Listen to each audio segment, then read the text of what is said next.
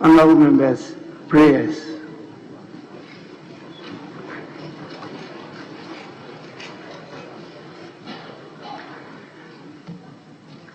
Almighty God, we humbly beseech thee to look with favor upon this Parliament of the Republic of Ghana. Grant that it may perform its high duty as in thy sight. Give divine guidance to the President of the Republic.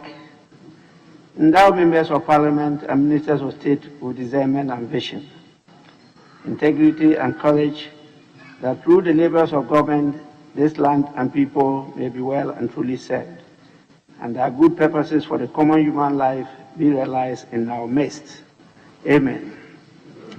O God, grant us a vision of our country, fair as it might be, a country of righteousness, where none shall wrong his neighbor, a country of plenty, where evil and poverty shall be done away with, a country of brotherhood, where all success shall be founded on service and honor shall be given to the deserving, a country of peace, where government shall rest on the will of the people and the love for the common good.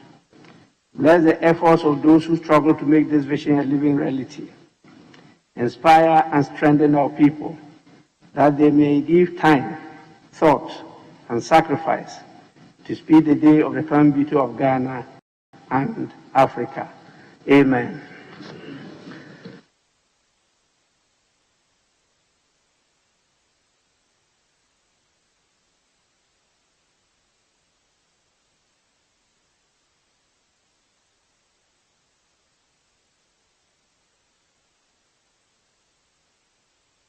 Honorable members, there is no formal communication, and so we move to item 3, correction of votes and proceedings and official reports.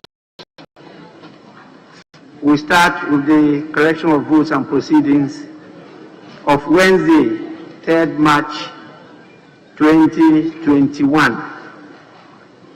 Page 1.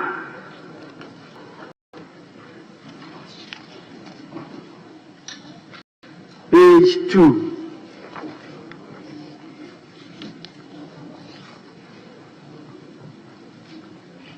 Page 3.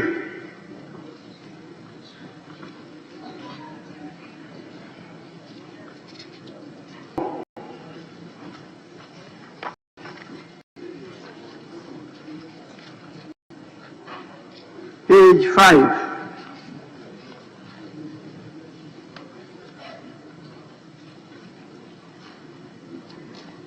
Page 6.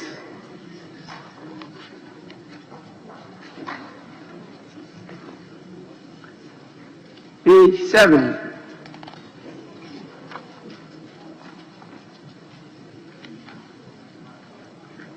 Page 8.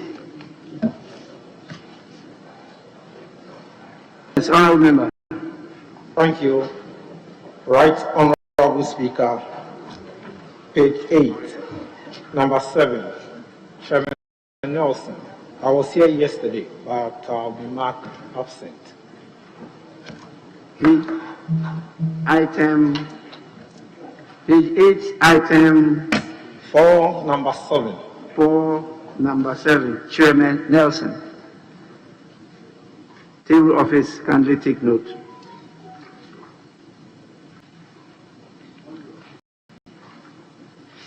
Page 9. Sorry, page 8. Honorable Speaker, page 8, number 4. Number 9. I was present, but marked absent. That is page 8, item 4. Page 8, item 4. Number 9. Yes, please. Thank you. Page 2, Desmond de Graaf. Yes, please. Table office, take note. Yes, Majority Leader. Speaker, I do know that the Honorable Ebenezer Kojokum had also sent a leave of absence, which I had relayed to you in respect of his own physical condition. So he should be registered as having been absent with permission.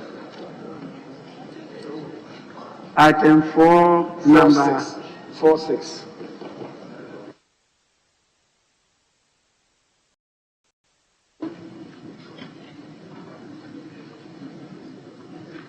Table office. Please take note. Yes, page 8. Right Honorable Speaker. Item 4, number 2. Teddy Safori Adi. He was present yesterday.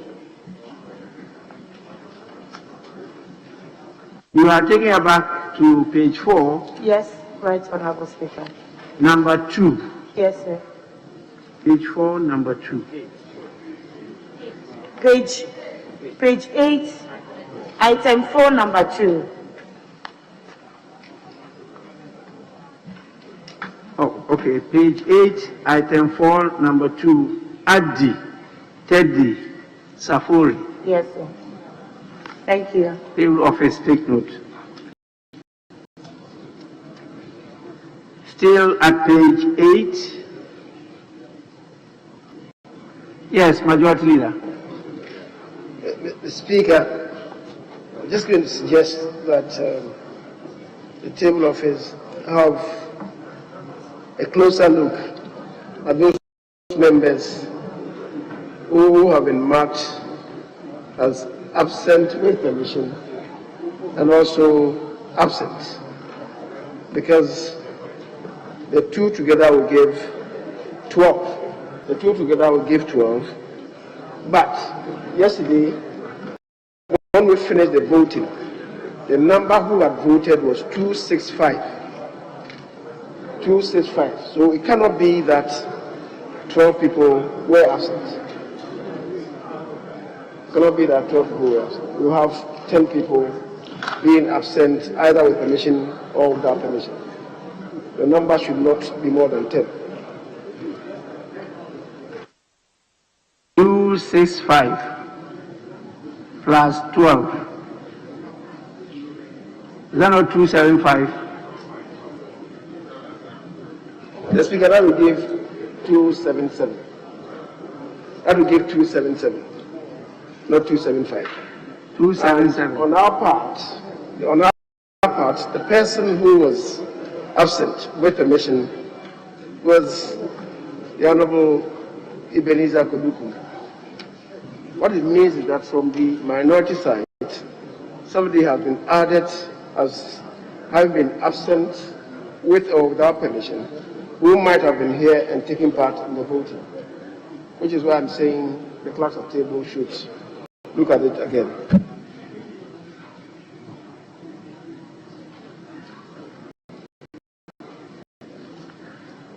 Yes, you are right, because I recall seeing somebody like Geoffrey. He was present yesterday, but he's marked absent. Is Kinney around? Yes, Mr. Speaker. I was present yesterday, but marked absent. Please always take note and read the votes and proceedings to assist the House to make the corrections. It looks like I noticed that your name was marked absent. Who again was present and has his or her name? Yes, please. Thank you, Mr. Speaker. I was right here yesterday, but I have been captured as being absent. Thank you very much.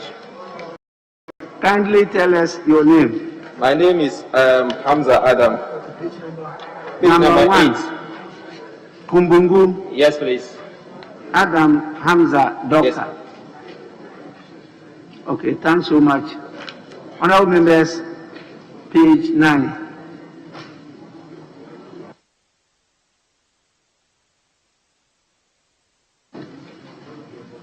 Page 10.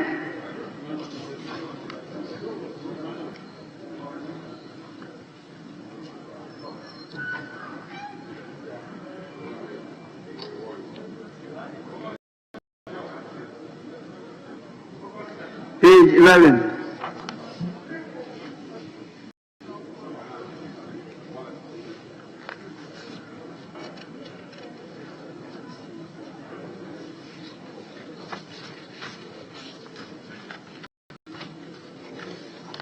Page 13.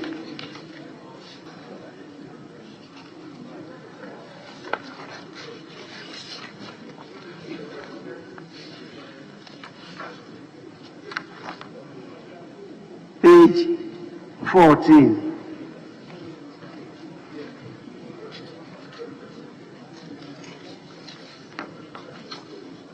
Page 14.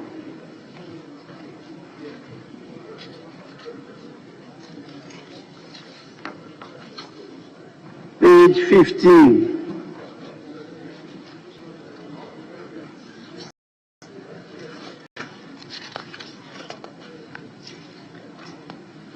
Page 16.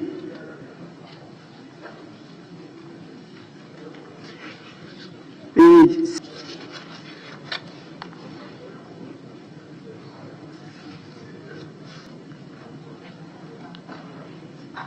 Page 18.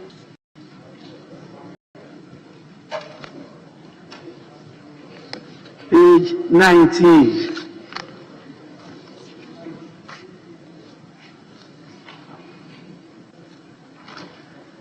Honorable members of the 16th sitting of the first meeting of the first session held on Wednesday, 3rd March 2021, as corrected, are at the record of proceedings.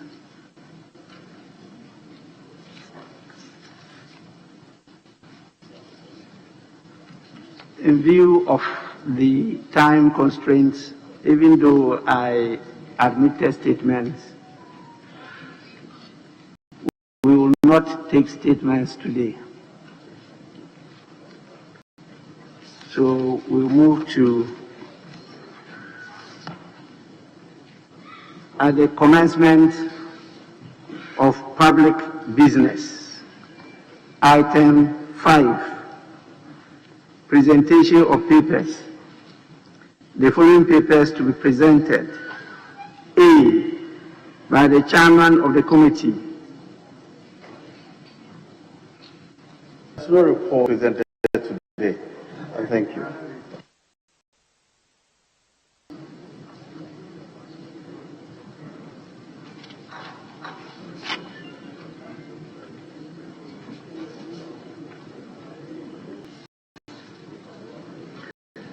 The chairman, third report of the appointments committee is not ready. No, Mr. Speaker, still ready. 5B, by the chairman of the committee.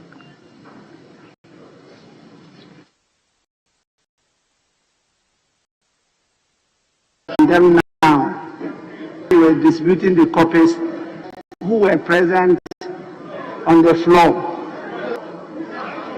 And so they are getting copies now to give to members. So please,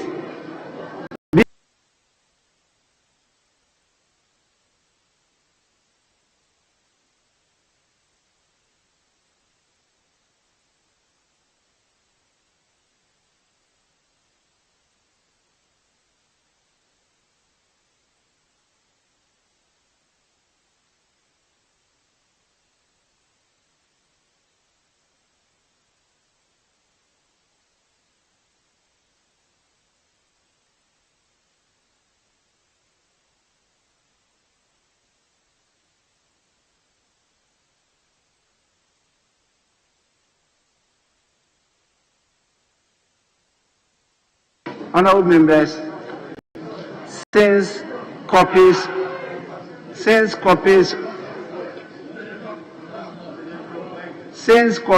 are now being distributed, I'm going to suspend sitting for 30 minutes so that members can get copies, read through, and then we start the motion. Thank you so much.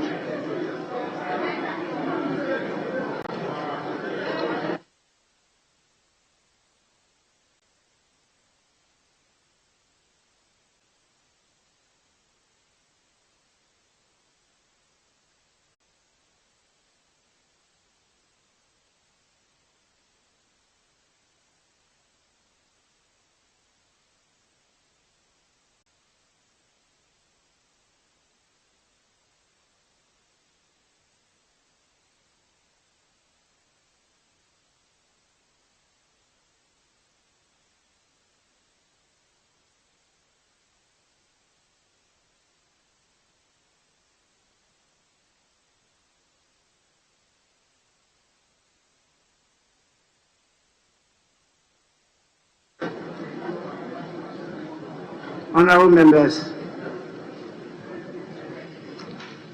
in my formal communication to the House on Tuesday, I intimated that leadership will be rolling out the plan for the COVID-19 vaccination next week. What we've decided to do, upon expert advice, is to start from Saturday. There will be vaccination here in the presence of Parliament for members of Parliament and staff of the Parliamentary Service. I'm aware some of you, your various constituencies, have already gone ahead to do so in your constituencies. And so we acknowledge that, and that will be taken into consideration. But the leader of government business will get on it further in the business statement tomorrow. With this, I'm sure all members have now been given copies of the report, and that you've had some time to at least glean through the report, more so as it is a consensus report. And so I'll call on the chairman of the Appointments Committee to move the motion. And that is Thank you, item 7. Mr. Speaker.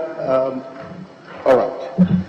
Before I move the motion, Mr. Speaker, I seek your leave to offer 2 quick amendments. In page 12,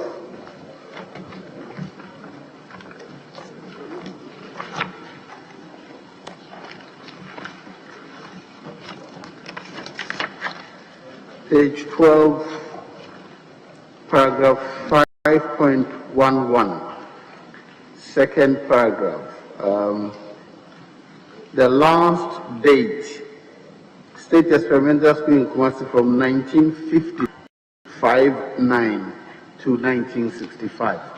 The Speaker, if that correction may be effected for me, please. Then on page 34,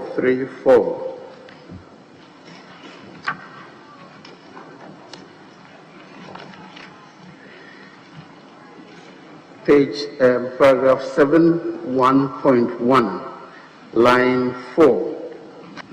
The last sentence, Sultan from 1976 to 1980, full stop.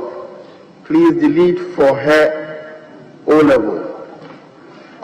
And in line 5, 1981 to 84, 4, and insert O and, so it becomes O and A level.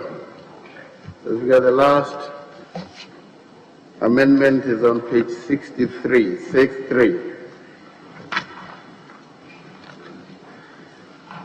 paragraph A, line 4.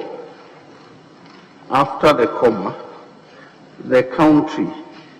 The Speaker, I call members to delete requires about US and instead has spent over Ghana cedi 1.1 billion. So the sentence becomes, to buttress its view, he stated that the country has spent over 1.1 billion.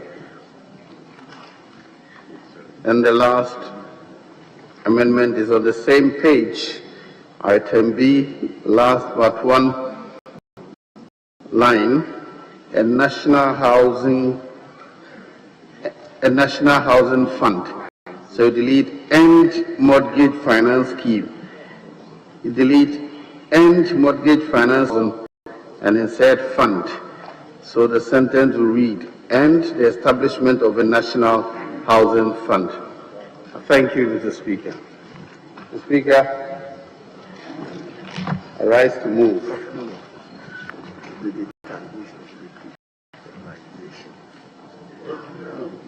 They give explanation between the two.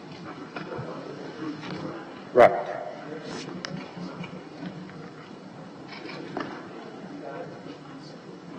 Mr. Speaker directed that I move on with the motion. So, the Speaker moves that this House adopts the second report.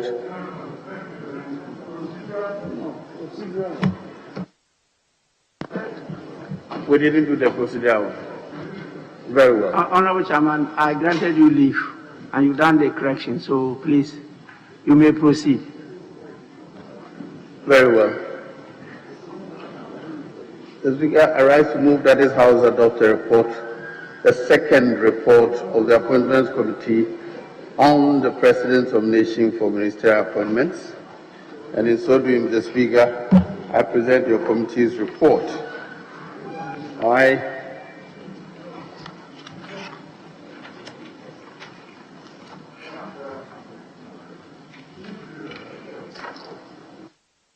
Yes, Mr. Speaker, with respect, probably just before you suspended a while, the chairman of the Appointments Committee ought to have moved the procedural motion in motion 6 before, but he let you and the House into the committee report itself. But for table, they will need that evidence for their record. So I was going to persuade you that he moves the procedural motion. After we've seconded it, then he can move to motion number 7, Mr. Speaker. Actually, I thought we did that before I suspended the House. I suspended sitting. But if that has not been done, please, then let's start from item 6. Thank you, Mr. Speaker. Mr. Speaker, I rise to move that the House adopts the motion numbered 6 on page 2 of today's order paper. I so move. Mr. Speaker, I beg to second the motion. Honourable members, this is a procedural motion. I put the question. I say aye. Those against say no. The ayes have it. The motion is carried. Item 7. Thank you, Mr. Speaker. Mr. Speaker,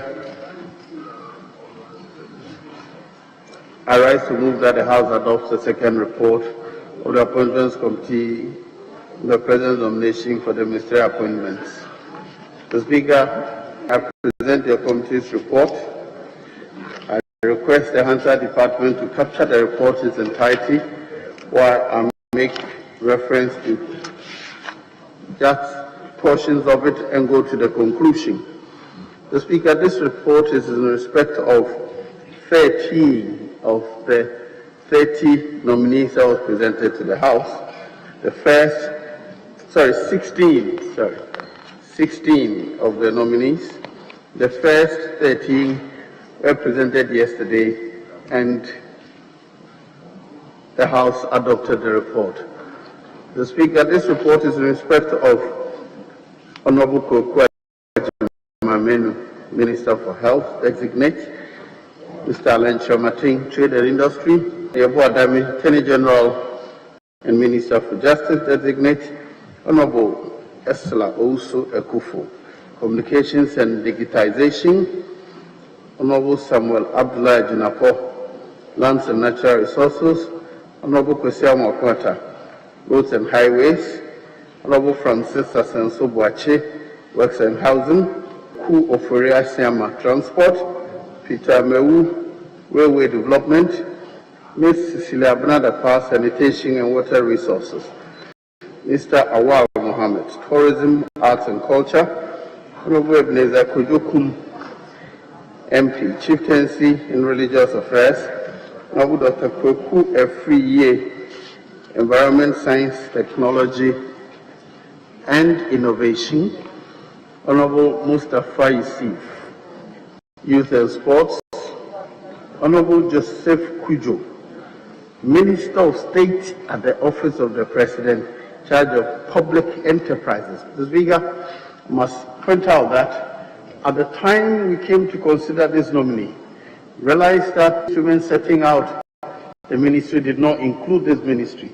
So we made inquiries at the office of the president, and the clarification was given that he was actually nominated as the Minister of State at the office of the president in charge of public enterprises. Then Honorable Frida Prempe, the Minister of State, the Ministry of Works and Housing. So, Speaker, as is the practice of the committee, we advertised the nominations in the papers of national circulation for 14 days. We obtained reports on them from the Ghana Revenue Authority and the intelligence agencies, the police of the country. So, Speaker, in considering the nominees, we considered the Constitution and the CVs of the nominees. The Speaker, nominees answered questions regarding their personal life, their achievements, and the areas that they have been nominated to serve. At the end of very long grilling, the committee recommends, and here, Mr. Speaker, I read the conclusion as contained in page 138, that the committee has duly considered the nomination of His Excellency the President for ministerial appointments in line with the 1992 Constitution. Recommends the following nominees to the House for approval. Honorable Kwajima Menu Health, Talent Martin Trade and Industry, Sir Godfred Yeboadami, Attorney General, Honorable Esla Owusu Ekufo, Communications, Honorable Samuel Abdullahi Jinapo, Lands and Natural Resources, Honorable Kwesi Amakwata, Roads and Highways, Honorable Francis Asenso Boache, Koku Feresiama Transport, Itameu Railway Development, Mr. Abnada Power, Sanitation, Water Resources, Wa Mohammed Tourism and Culture, Mr. Ebenezer Kujokum, Chieftaincy and Religious Affairs, Dr. Fayusif, Youth and Sports, Honorable Joseph Kujo, Minister of State, Charge of Public Enterprises, Honorable Frida Prempe. The Speaker, the committee recommends unanimous, by consensus of the House, approves these nominees to take the positions they are nominated to. I so present the report, Mr. Speaker. Yes, any seconder? Speaker, I beg to second the motion and to indulge you to make some comments, and probably the whip, the Honorable Muntaka, will conclude on our side. We've had some discussions with the leader of government business as to the number, in order that we don't spend longer time as we did. Now, Speaker, page 116, and some corrections. Page 116, Dr. Kweku Afriye, Minister Designate for Environment, Science, Technology and Innovation, not employment. Then, Mr. Speaker, page 12 of the report again, the Honorable Alan Chirmanting could not have been in primary school in 1955 when he was born 3rd October 1955. Okay, I understand Chairman have done that. So, Mr. Speaker, I beg to speak in support of the motion ably moved by the Chairman of the Appointments Committee. And Mr. Speaker, we are doing what is constitutionally apt within the meaning of Article 78 of the 1992 Constitution, where the President submits his nominations to Parliament, and Parliament exercises the prior approval in accordance with the Supreme Court ruling in J. Mensah versus Attorney General. Mr. Speaker, the Chairman have shared with you some of the nominees. I may just choose to speak on a few of them. One, the Honorable Alan Chirmanting, a gentleman of a kind who supervises the Minister for Trade. Our import bill is still unacceptably high, and he must lead the country in export diversification. The 1D1F flagship project, laudable as it may be, is concentrated in Accra and Tema, and I think that the Upper East and Upper West region and other deprived regions of the country, Savannah, Northeast, and others, also deserve some attention and respect of that. But Mr. Speaker, when the Honorable nominee appeared before our committee, and I just want to correct the record, the Honorable Muntaka sought to ask information about him about Commander Sugar Factory and some valuation that he did on the Commander Sugar Factory. His responses, in my view, were not satisfactory. And Mr. Speaker, I just want to put this on record. Ghana and Malawi benefited from the same facility. Ghana was $35 million, Malawi was $33.5 million. And I'm holding here the Salima Sugar Factory Commission in Malawi, 15th August 2016, by His Excellency Professor Atta Peter Matarika, President of Malawi. Therefore, the Minister for Trade must go back and reopen the valuation of the Commander Sugar Factory. That undervalued number that he shared of $12 million does not, in my view, reflect the value. What the Minister must also appreciate is that Septec, which won the contract to undertake the Commander Sugar Factory, is a reputable Indian company which undertook the process arising out of a competitive bid process led by the Indian Sugar Federation to undertake the activity. So the valuation that was done by Price Waterhouse, which ran down the value of Commander in our view, will need a second examination. Now, Speaker, we also believe that Alan Chirmanting will do well to support the President in many other enterprises. He also responded to the GCNet agreement. And Mr. Speaker, my information is that there may be a judgment debt associated with the termination. And again, for the record, the GCNet contract was renewed in 2013 for 10 years, but subject to renewal after assessment.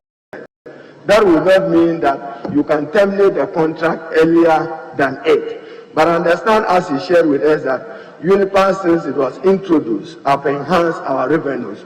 We police it through to see whether it's a result of increase in volumes of imports or it is just a question of revenue increases.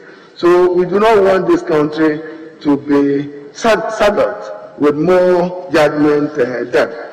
Mr. Speaker, I've argued strongly that the Minister for Trade can change if he focuses on small, medium enterprises development, and I've continuously argued that he should be responsible to supervise the Ghana Exim Bank in order that he can use it to stimulate the growth of industry. Ayasu Starch Factory must do well, and do well for the Honorable Giselle and many others in the area. There is even a threat that the Honorable Napo may not be happy about, a threat of shortage of beer in Ghana because of the lack of raw materials to do beer. Mr. Speaker, let me now comment on our young colleague, the Honorable Godfrey Tami, who becomes the Attorney General. Mr. Speaker, he had depth in terms of his knowledge of the law. But Mr. Speaker, some of his views, like I can also choose to disagree with him on matter of opinion, especially when he related to matters of capacity of a minister and capacity of a deputy minister to execute contracts, and whether contracts were ordinary contracts as in air ticket as he related to, or contracts required. Mr. Speaker, what that means is that Parliament, through him, must give meaning to the provisions 185 of the Constitution. And Mr. Speaker, with your indulgence, I quote it so that you may guide us. We need to put an end to our inability to get Ghanaians to appreciate what the role of Parliament and the Attorney General should be in the exercise of Article 1815. And Mr. Speaker, it reads, this article shall, with the necessary modifications by Parliament, apply to an international business or economic transaction to which the government is a party as it applies to a loan. Parliament and the Attorney General, probably Parliament, have failed, Mr. Speaker. So under your leadership, we want to give meaning. Parliament must lead the way, following the ruling of the Supreme Court in the Asopoton and other related matters. We need to be able to get that. But Mr. Speaker, young person, we hope that you will exercise the law fearlessly and in a manner that is impartial and not in a manner that is select and choose in the pursuit of justice. The fight against corruption rests in his hands in collaboration with the Office of the Special Prosecutor. Mr. Speaker, Don, as you may recall, had some credit in terms of some important legislation she brought to this Parliament. We'll be looking up to see that with our colleague, the Honorable Dami. Mr. Speaker, let me comment on communication because of my previous role as Minister for Communication. And Mr. Speaker, we are not too satisfied with the Minister's answers to matters of closure of radio stations and the Minister not acting in accordance with Article 296 of the Constitution. In our view, we strongly believe that she discriminated and was high-handed when she closed a number of FM stations in Ghana, including Radio Gold and XYZ. We will demand that she contributes to enhancing freedom of expression in this country by liberating all those FM stations that were closed down in that Gestapo style. But we can respect her position in enforcing the law, but not a discriminatory application of it when there were other FM stations in the same category that did not suffer what other FM stations suffered. I hope we have the assurance that she will contribute to this country's democracy, leveraging on our opportunity to exercise our freedom of speech with easy access to this opportunity. That's because she probably is doing well in revenue mobilization, but I think that she has to rethink some of it. This international gateway thing, I introduced it in Parliament then as Minister for Communication. At the time, there was a sharing formula between the regulator, the government, and the Minister for Finance. So at the every month, apart from fraud and bypass, some revenue in the region of 3 to the state. We want to know what she is making out of this revenue assurance with the whooping amount of money that is paid to Kelvin GPG, and particularly on matters of revenue assurance. Mr. Speaker, she assured us that she would undertake SIM registration to deal with matters of anonymous crime in our country. One particular area that she won my heart is her attitude to expanding access to rural telephony. That is commendable. But today, as I mentioned, Tuluwe and many other areas in my constituency are still not there. Mr. Speaker, Honorable Samuel Abdullahi Jinapo, Minister for Natural Land and Natural Resources, young promising politician, I can wish him well, but he knows that we have a stronger and a more experienced Jinapo here, and he has to learn from our Jinapo here. Whether as MP or as minister, your senior was there before you, and we wish you well. Except that in the application of Article 268 of the Constitution, we expect you again to be guided by the provisions of Article 296, to be candid and fair. A Ghanaian lost his opportunity of bauxite mining on the basis of a Supreme Court decision of parliamentary ratification. The question is, was the onus on that private individual or on the state to secure the ratification? What is more worrying is that there are about 35 other mining companies, probably foreign, who are also operating without ratification. Do we consider their action illegal? what appropriate and immediate actions will you take as minister? That will be your test. But more importantly, President Nanado's fight to end illegal mining, but I'm saying I won't describe it as a success. You have to focus more on whatever bodies are being destroyed. And Mr. Speaker, I wish him well. Mr. Speaker, to the Honorable Assensu Works and Housing, when you get there, you appreciate the challenge the Honorable Atachia went. Big portfolio, Works and Housing. No money for floods. The floods will come. You take the blame, whether in Greater Accra or in Circle. But we need to find responses to it. Housing. I went through the handing over notes of the ministry. Minister request for 500 million. He's asked to reduce it to 393 million. He's not giving anything until the rains come, and then you get blamed. I hope tomorrow will not be blaming you for non-performance because of the availability of finance. Don't disappoint the president, except that you won't be before his eyes. Mr. Speaker, Minister for Health, we should have been considering him among the earliest, but to explain, as guided by Chairman, we sought some explanations for him. Frontier Health Services undertaking antigen tests at the airport at $150 million per traveler. Our travel record shows that the number of Ghanaians who travel is in millions. How that 150 charge was determined is still elusive, and we demand explanations to it. Two other ministers came. One said he rented an office. The Procurement Act is not only for goods, it is for goods and services. Therefore, we demand procurement remains the most veritable source of corruption. How can you allow somebody to charge Ghanaians 150 and you cannot prove to us how that procurement was cured? We don't want to believe that it was not procured in a manner within the laws of Ghana.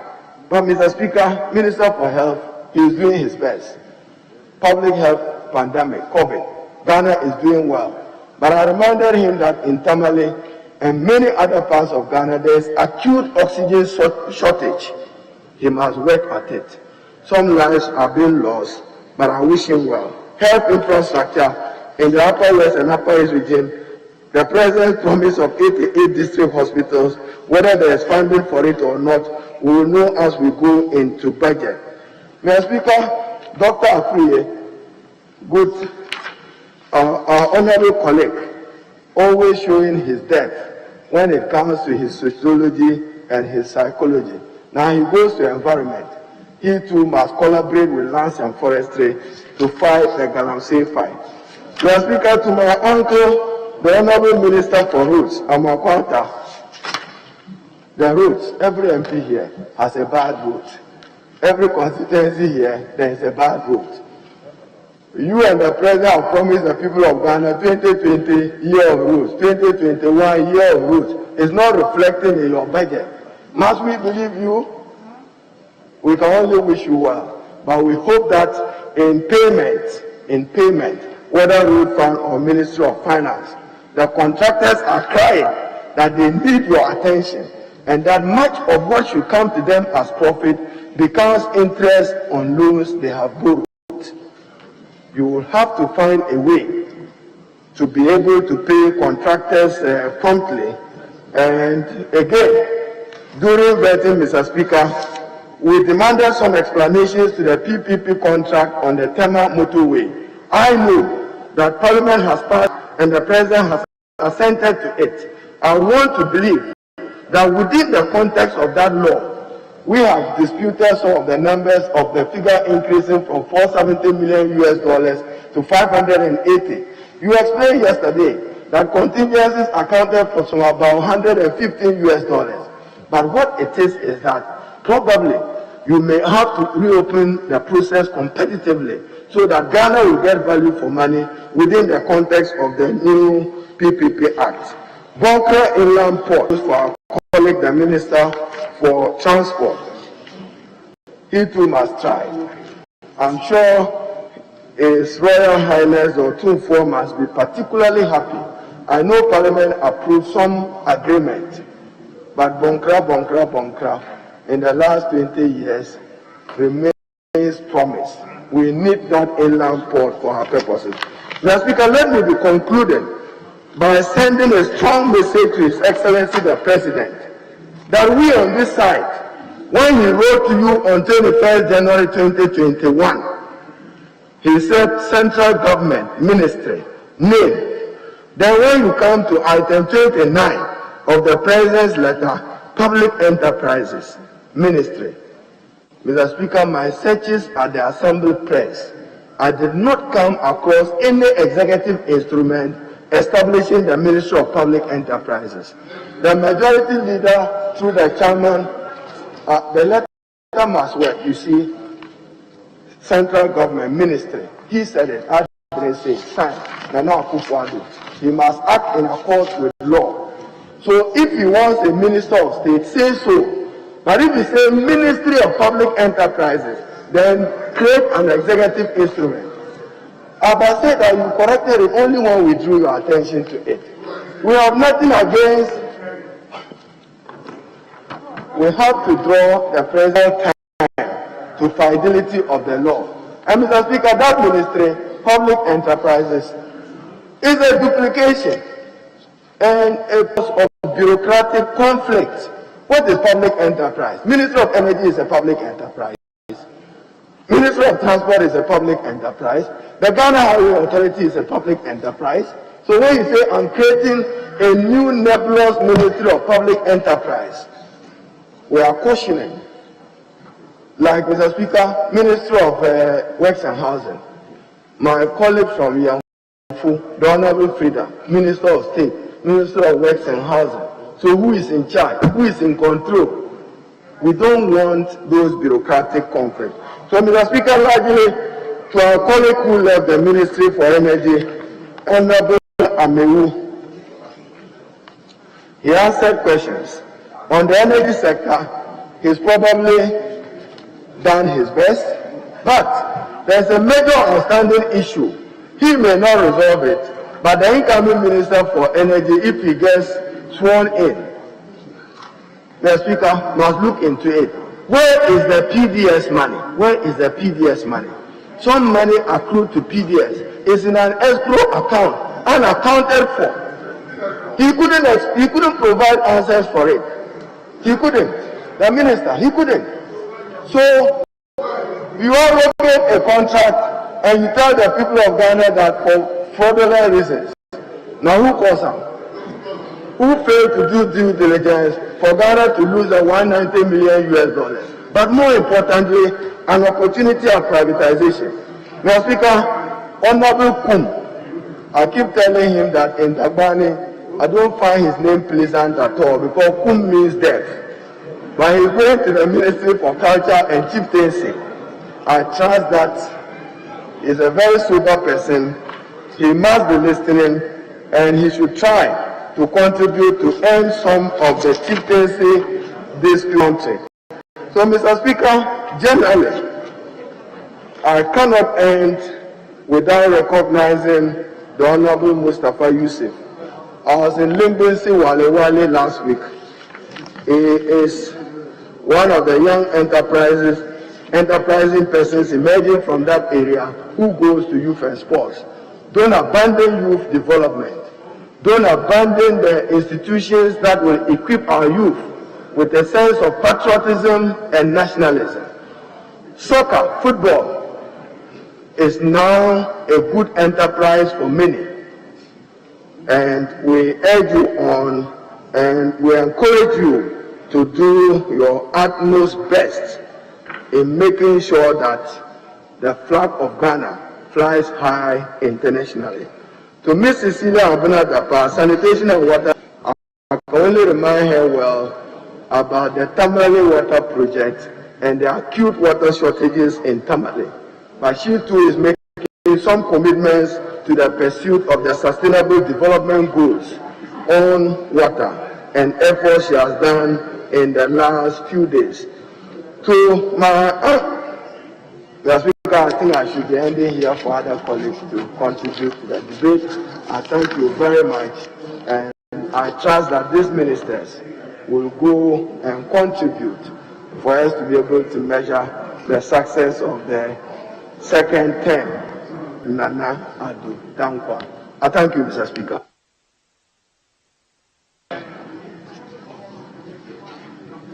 The minority leader has been on for 17 minutes. So I have noted that. And I've been guided by leadership of a list from each side of the House. And he is the first on the list from the minority side. The mover of the motion definitely is counted as the first on the majority side. And so we now are left with 4 on each side of the House. That is the list I have. And so on the majority side is the turn of Honorable Dominic Nitiwo. Yes, majority leader. Mr. Speaker, as you rightly observed, you have been served with lists from both sides. I'm not too sure of this principle that you want to invoke, that the chairman, when he presents a report, speaks for one side of the House. Mr. Speaker, I'm not too sure of this. Honorable Majority Leader, I have not said there is any such principle. Yes. I didn't state it as a principle. I said that's the guidance I've been given. And so on your side, they have 4 names. On this side, there were 5 names. And after he has spoken, it's left with 4. And so I'm drawing the attention to the fact that you have taken it that the chairman who presented the report is the 5th person. Well, usually it's 5-5. That is what I've been stated as a principle.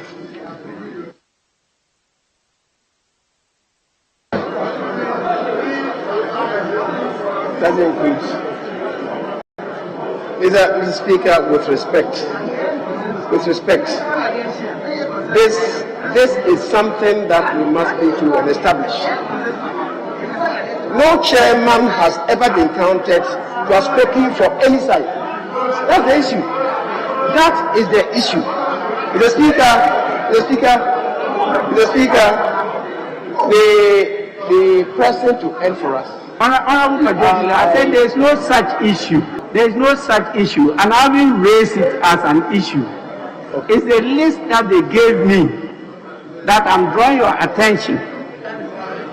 From the list, that you have only 4 names. Are you assuming that the chairman who has moved the motion is your number 5? No. The deputy leader will conclude for us. The deputy then say one is not a principle. Yes, Honorable Dominic Nitiwo. There is nothing to litigate. So please. Thank you, Mr. Speaker. Mr. Speaker, I rise to. So how many minutes? I rise to support the motion ably moved by the chairman of the appointment committee. And Mr. Chairman, over the last 4 years, I had the privilege to work in cabinet with Honorable Kweku Ajimamenu, Honorable Alan Chimantin Ojo, Honorable Osla Owusu Ekufo, Honorable Kwesi Amakwata, Honorable Koku Ofori Isiama, Hawa, and Koku Afiye. I mean that, Mr. Speaker, I have no doubt in my mind that these gentlemen and lady distinguished themselves so well, and that when this House approves them, they will again distinguish themselves in their various fields that the President has assigned them to. If you were to delve into the various activities and various programs undertaken by the various ministries. Mr. Speaker, you will score them very highly in what they have been up to. Mr. Speaker, I will take just a few as a sample to illustrate the point that I am making. Mr. Speaker, the Health Minister, Honorable Koko Ajimamenu, led the fight against COVID like a general of the armed forces. He led the fight and became a frontline worker himself to the extent that he became the first public face of the pandemic. And it is clear that the sacrifices that he did, together with others, his team at the ministry, over a very long period, and Ghana, and of course the President, a lot of accolades from the WHO and the world over. Programs that they put at the airports, together with the Ghana Airport Company, and of course, my friend, the Transport Minister, are programs that countries, Mr. Speaker, developed countries are now implementing. And I think that they need to be applauded and applauded very well. He took advantage to propose to the President, and the President, of course, highly moved by what he had seen, encouraged him to ensure that every district in Ghana will have a district hospital. And I think that it's one major legacy of this President and Koko Ajimamenu that we must all be proud of. That districts that will not have had district hospitals will now begin to have district hospitals over the next 4 years in his second term. And I think that it's something that we should all be proud of. Of course, man cannot do it alone. But I wish him well, and I believe that he will do his work and do it excellently. Mr. Speaker, the Minister for Trade ably explained the reasons why the Commander's Sugar Factory has had the problems that they have had. And he was very, very clear. He sought to explain to the people of Ghana exactly the reasons why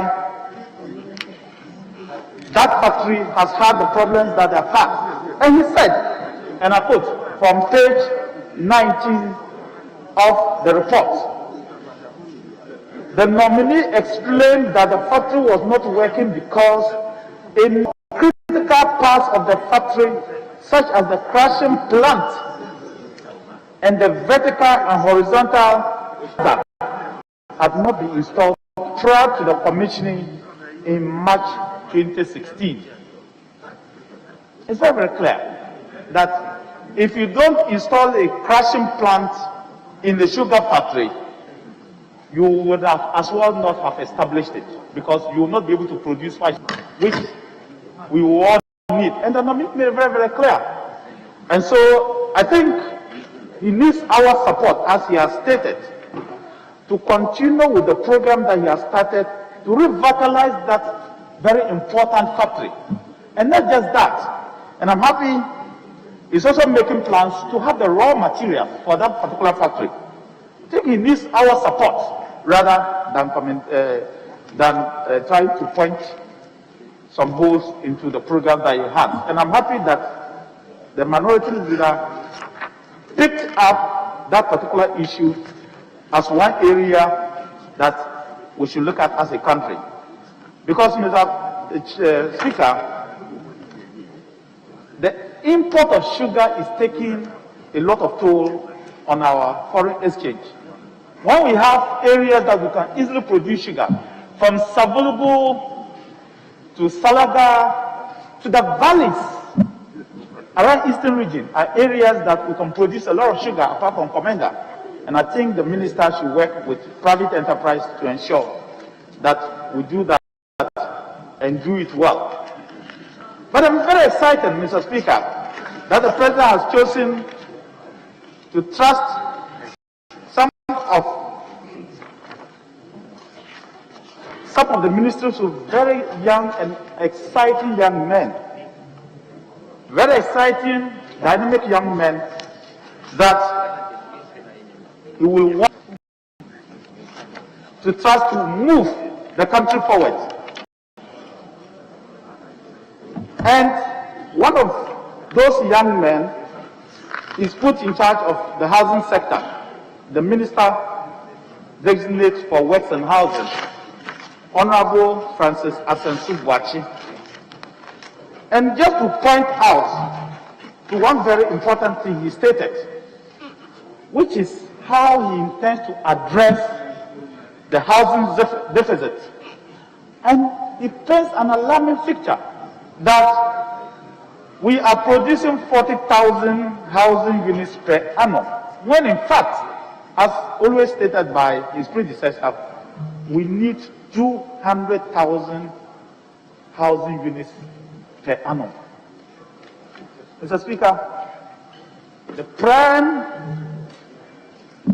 focus and responsibility of every individual is to provide security, food and shelter for your children. And so, for every country, you will need the state to provide the people with security, at least some amount of food and a place to sleep. Once you get water, the rest you can live like a human being.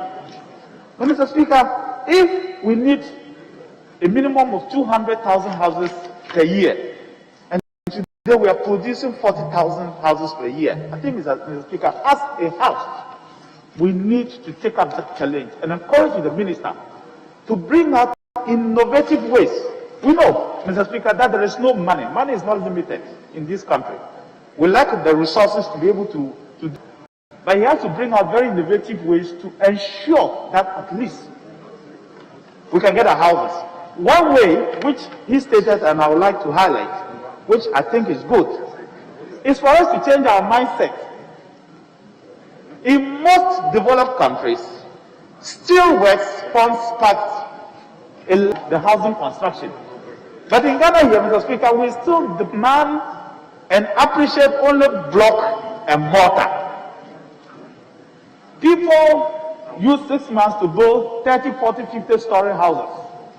Of course, you are not going to use block and mortar to build about 30 floor or 50 floor or even a 100-floor unit apartment or house. You need to be able to incorporate it with steel.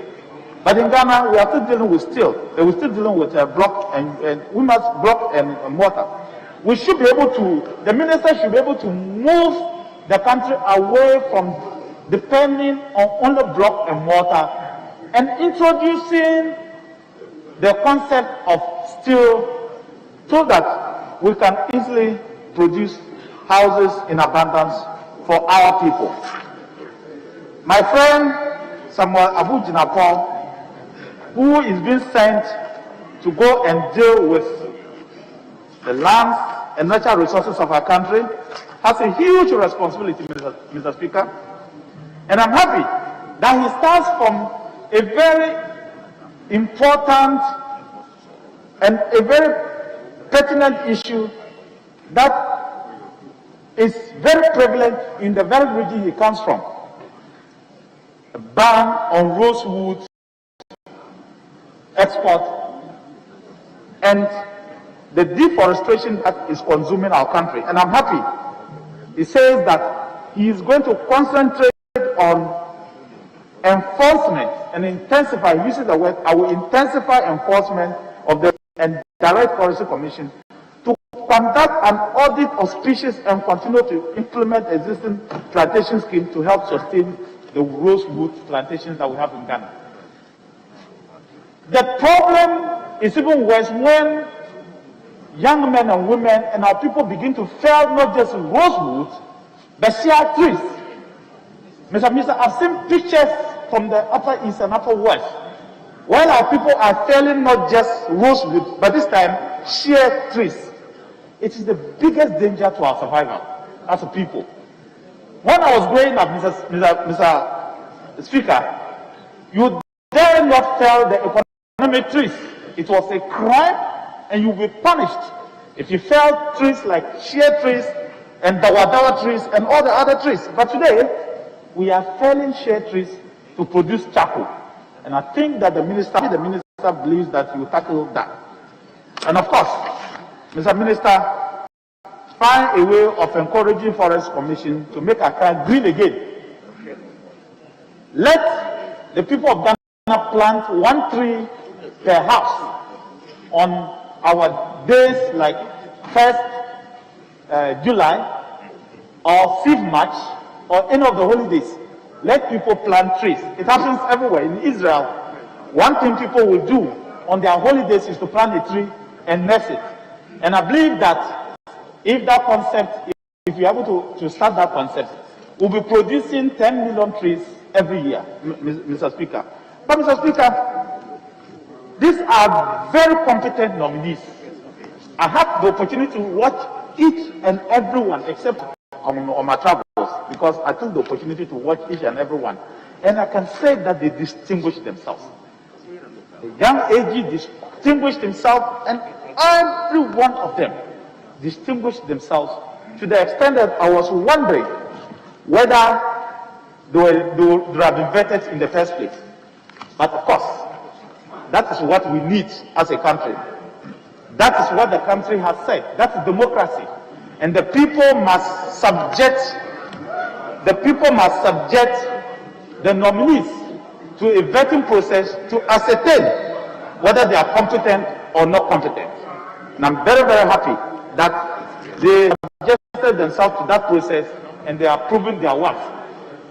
Mr. Speaker, in conclusion, I want to urge this House. I want to urge this House. Well, what is that? Yes, just a minute. Yes, Honorable Right, Honorable Speaker. Agalga. Right, Honorable Speaker. The Honorable Dominic Nitiwu says in his submission that is wondering whether the Attorney General designate should have been vetted in the first place. But Mr. Speaker, that is a constitution. And so if he's wondering whether it should have been vetted or not, is he questioning the integrity of our constitution? That part of his statement should be withdrawn with the greatest of respect, Mr. Speaker. Mr. Speaker, I believe he wants to bring life to this House. That's why he's made this comment. Because if you listen to the statement immediately I made, I alluded to the same thing, that it's a constitutional process. Yeah. And it is the people of Ghana, through you, that will have to vet the people to determine whether they are qualified or not. And that's what our constitution says.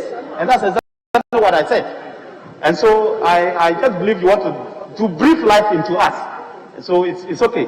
But Mr. Speaker, I want to thank you for the opportunity and ask the House to approve of these nominees and vote a resounding yes to the question, and to these nominees will be approved and subsequently sworn in by the President to continue with the task that they have been given to help develop Mother Ghana, so that it will be a benefit to us, our children, and our great-grandchildren for the future that is come. I thank you, Mr. Speaker. Thank you. You have used 15 minutes. It's now the turn of Honorable Neil Lante Van der Poel. Thank you very much, Right Honourable Speaker, for the opportunity given to also contribute to the motion on the floor. Mr. Speaker, I will want to start straight with the vexatious issues raised in the report about the issue of lands. And I want to congratulate my young brother for his exemplary knowledge on the issue of lands when he appeared before the committee. But then I wasn't too satisfied with the issues raised in Article 266, 1, 2, 3, and 4, which relates to lands that are given out to nationals through leaseholds,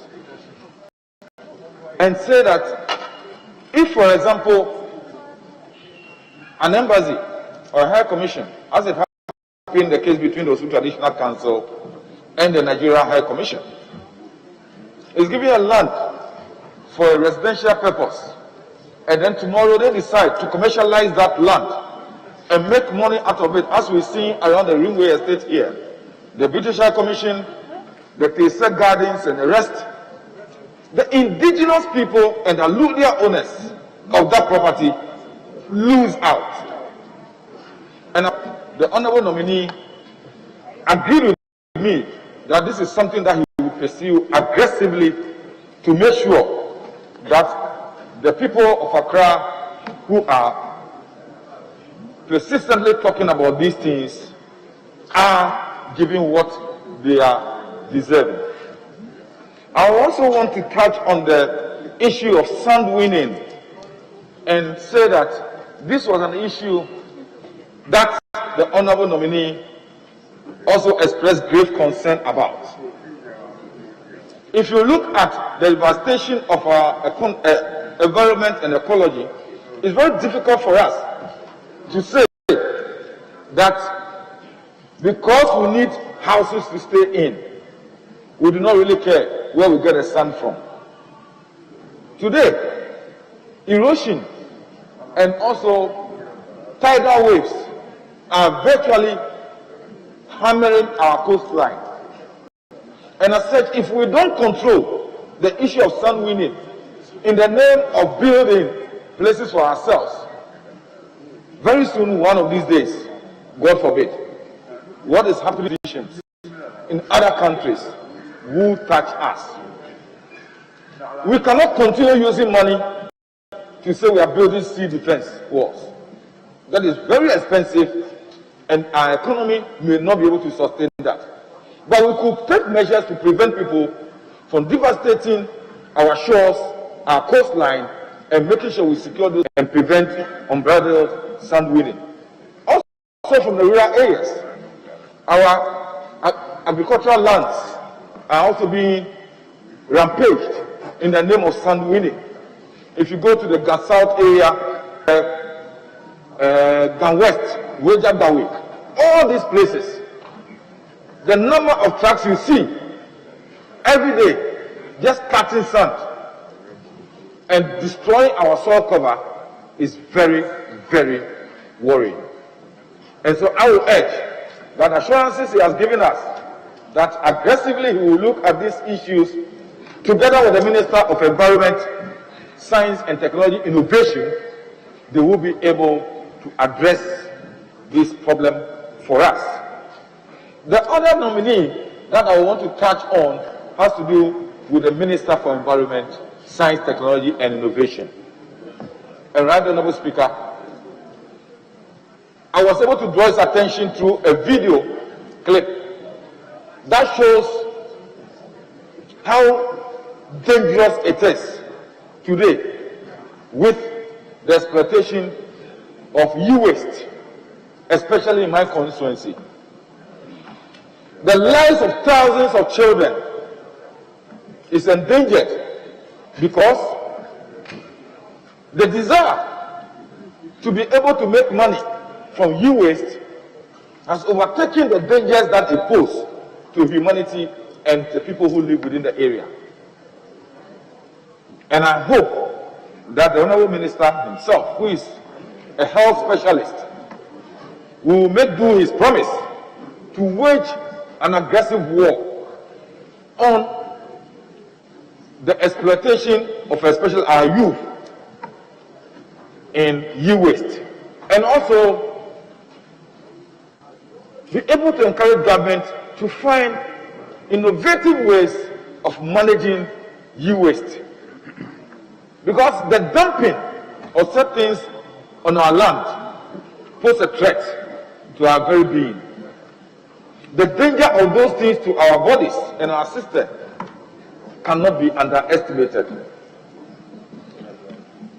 It will be wrong on my part, Mr. Speaker, if I don't touch on the Ministry of Youth and Sports. And I want to say that if there is any one activity in this country that defies our sometimes political biases, it's sports. And I was happy the Honourable nominee touched on that issue and expressed his desire to make sure he draws expertise from both sides of the House in order to change the atmosphere regarding our organization, management, and the promotion of sports in the country. I was too pleased with his idea of how to mobilize the youth into sports and how to organize sports once again to resurrect that interest in sports. But my advice to him is how he can collaborate with the Minister of Education so that we review our sporting calendar within the educational sector. Because today, if somebody goes to a secondary school and the person has a talent in football, and football is played this year, next year there's no football on the calendar. The third year, he's going to write his his examination. He won't have time, possibly, for football. If I'm not careful, the talent and the additional interest is gone. How do we synchronize our educational calendar with sports in such a way that there will be a sustainable interest in sports? When we were young, physical education was regular on our school timetable. Today, it's missing. And I think that if you want to have a healthy country, you must invest in the physical education side of our youth. The very difficult question for sportsmen and women was also addressed. And I was happy with his thinking that we need to gather, and all of us as stakeholders, structure bonuses in this country. He expressed his worry about the fact that today, even people who are not 17 years, all that they think about is not about the national team jersey they are wearing, but the money they will be receiving at the end of a tournament. This, I think, should be addressed. In certain jurisdictions, no matter how talented you are, if you are not 18 years, you don't earn a salary because they see it as exploitation. But here, if you don't pay $10,000 to an under 17 player, he will say he won't play for the national team. Because we have encouraged the monetization of our sports more than the patriotism and the nationalistic outlook that sportsmen and women have to see the sports. And I'm encouraged by the determination of the Honourable nominee to make sure that we change the mindset and the indoctrination of our sportsmen and women to make them more patriotic and nationalistic than material in their outlook. Right, Honourable Speaker, my final submission was to go to something that my leader touched about, and to the nominee for Attorney General.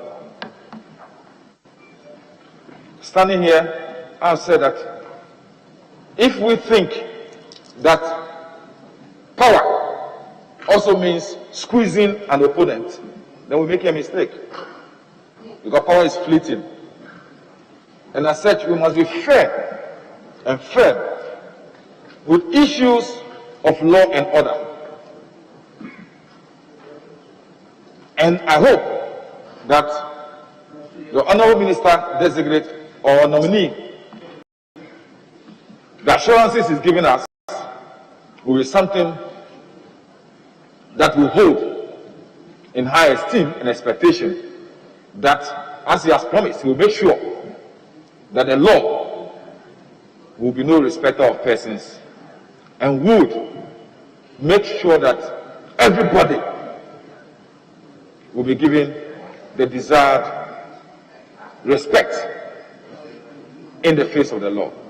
With these few words, Mr. Speaker, I wish the nominees the best of luck, and all, I would say, especially to the young ones among them, to be careful, because if you are not careful with the positions you are entering into, you may be tempted to think like the people.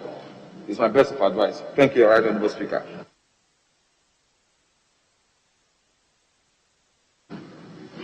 It's the turn of Honourable Reverend Intim. Thank you, Mr. Speaker. I rise to support the motion as advertised on the order paper, item number 7, and in so doing commend the 16 nominees in whose approval the report recommends by consensus. Mr. Speaker, it is important to note the prudent blend and diversity and different shades of opinion that are represented among the 16 nominees. Whilst we acknowledge 2 distinguished females, there are also mention of some vendors with vast, extensive experience who have creditably discharged their mandates in their previous portfolios. An eminent expression is also found of young, high promising and high-performing talents who have been nominated for various portfolios. I must indicate for the records that each and every of these 16 nominees demonstrated superior knowledge in the subject area that relates their various sectors, and I'm convinced that when given the nod, they will creditably discharge their mandates. For constraint of time, I would like to comment on a few. And I would like to start with the Honourable Mrs. Ursula Owusu-Akufo, the Minister Designate for Communication and Digitalization. I noticed some sections of the report, particularly page 1, that indicates digitization. But the nominee actually informed the committee and even distinguished the difference between digitalization and digitization, and in conformity with the communique that the President gave, affirmed that indeed the new nomenclature of her portfolio is the Ministry of Communication and Digitalization. Mr. Speaker, the nominee demonstrated her commitment recognizing COVID-19 times, the need to deploy the use of ICT infrastructure, even to make life easier for everyone in various facets, business transactions, education, and other areas of our lives to make it easier. And recognizing so, assure the committee of steps that she would take even to expand ICT infrastructure to deprived communities. On the closure of FM stations, beyond a doubt, the submissions as was given by the committee, we were satisfied that the exercise of the mandate of NCA, an implementing agency under the ministry, was done purely without prejudice to politicians, was not targeted, was not done with any discrimination of a sort. And so that matter, for the record, ought to be settled.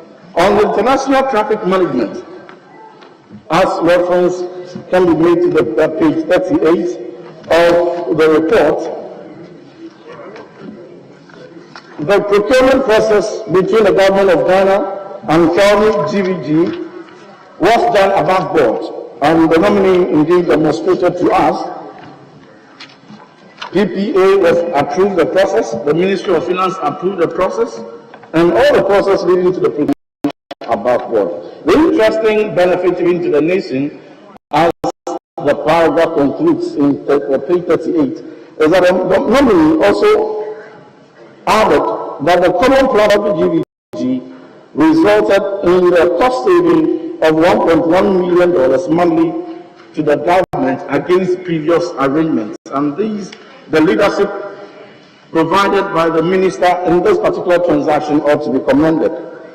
On transport, the Minister for Transport Designate, Honourable Kokofori Esiama, was very candid with the committee. Indeed, he went on to provide adequate information on the Frontiers Healthcare Services contract, which had been a subject of eminent interest by the committee and the public at large, and went on even to provide copies of the agreement in that spirit of transparency, recognizing that the previous portfolio of this minister did not include aviation, and this transaction related to the Ministry of Aviation. Notwithstanding, Honorable Kweku Ofori-Esiama provided information sufficient to persuade and indeed convince the committee that based on prior approval by Food and Drugs Authority and the approval of PPA, Ghana Airport Company entered into an agreement with a third company to provide testing services for COVID-19 at the airport. And indeed, all those arrangements related to that were supplied to the committee. Our achievement during his tenure as Minister for Transport is on record that 100 buses were procured for state transport STC and Metro Mass Transport. They were revamped, and now STC is positioned as a public transport of choice. London Bridges 14, there are various stages of completion where also the committee were also information on them were provided, and when his view on Okada was sought, the minister was candid to point that it is very dangerous for the nation even to consider legalizing commercial use of motorbikes, considering the fact that out of over 2,500 deaths that result on accidents on our roads, accidents resulting from the use of Okada, 1,000, nearly half of that, and certainly will not be a prudent decision policy-wise to consider. Honorable Kosi Amakwata, Minister for Roads, also took a stand and demonstrated to the committee that indeed his leadership provided in improving the road infrastructure in Ghana is remarkable. 2020 being the year of roads, information was supplied of over 25,000 kilometers of bitumen surfacing and other surface dressing, and 1,200 kilometers of asphalt overlay. Indeed, his commitment was also given to even ensure the further improvement of roads across the country, and indeed the minister assured the committee of his commitment to empower local contractors to be competitive. Now on e-waste, which relates to the Minister of Environment, Science and Technology, which was a major issue of concern, the minister acknowledged the collaborative efforts of multi-sectors, and he assured that he would deploy funds from the Electronic Waste Management Fund to establish technology that will address that problem. In conclusion, Mr. Speaker, it must be said that indeed Mr. Samuel Abujinapo, Honorable Asensu Boakye distinguished themselves and demonstrated that they will be on top of their job. Honorable Samuel Abujinapo, for instance, on the fight against illegal mining and promotion of local participation in our mining, gave strong assurances to the committee and even assured that Salt Development Authority will be established under his tenure to be able to give adequate attention to the exploitation of salt. On this note, I must commend all nominees and to urge the House to support the approval by consensus. Thank you. Honorable Kwame Abuja.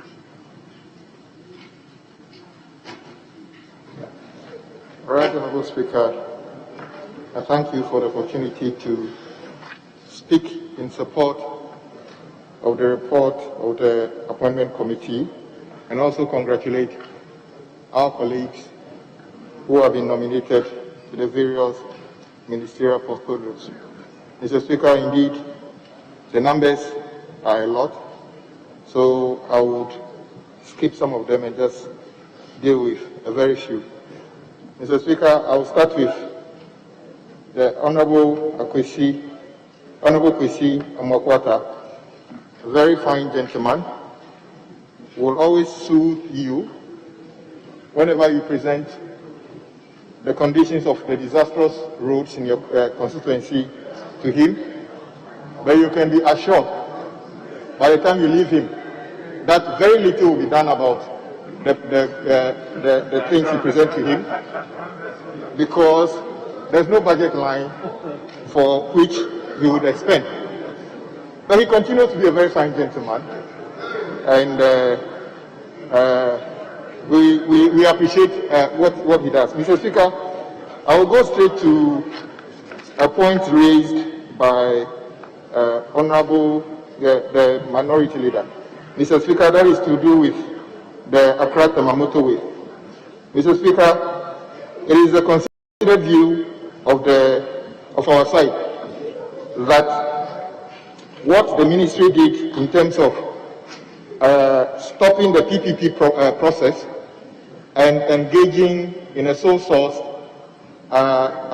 procurement and further signing an agreement with that entity on the 16th of December 2020 does not constitute a proper contract, simply because the entity is a foreign company and this process was not part of the PPP. The PPP process was cancelled by the ministry themselves on the 6th of November the same year. So when the minority, that we would encourage the ministry to abandon that process completely and start a new process to select a competent and a developer that would help reconstruct the Accra-Temamoto Way. We say this simply because we want to support the minister in that endeavor. We don't say this simply because we want to stop him from doing that. Indeed, Accra-Temamoto Way is overdue for reconstruction. The capacity is exceeded currently, so we want him to do that. Mr. Speaker, we also want to thank the minister for sharing some, throwing some light on the Accra Intelligent Traffic project, which his ministry initiated and was ongoing. Mr. Speaker, our side of the House drew the attention of the Minister of National Security when they came here to terminate that contract, that every construction contract has got within it the process of amicable separation. If you want to terminate any contract, you use clauses in the same contract. What they did was totally not part of the contract. No wonder, Mr. Speaker, sadly, the entity is in the process of demanding monies from the state in excess of $50 million, monies that could be used to do something else. And we say this simply because, not that we enjoy saying, we told you so, but we are sad because it wasn't the Ministry of Roads that terminated the contract. It was the Ministry of National Security that came here and terminated the contract and installed a new contract. Mr. Speaker, we recommend that the government pay attention to this and quickly try to resolve this with the the Chinese company amicably, so that this doesn't go into a judgment debt, Mr. Speaker. Mr. Speaker, the next one I want to talk about is Honorable Francis Asenso-Boachi, my very good friend. We were colleagues at KMUST. He was my junior. Also a very fine, calm person. I'm happy he raised an issue about the housing deficit. But Mr. Speaker, you yourself have served in various capacities. We talk about this housing issue as if it's something that we could just address by wishes. Mr. Speaker, provision of affordable housing is a factor of demand and supply. There is enough money in the world to build houses if people will buy it. The problem is, if you build a house and a 2-bedroom house is 200,000, are you selling to a teacher or a nurse who are in the majority?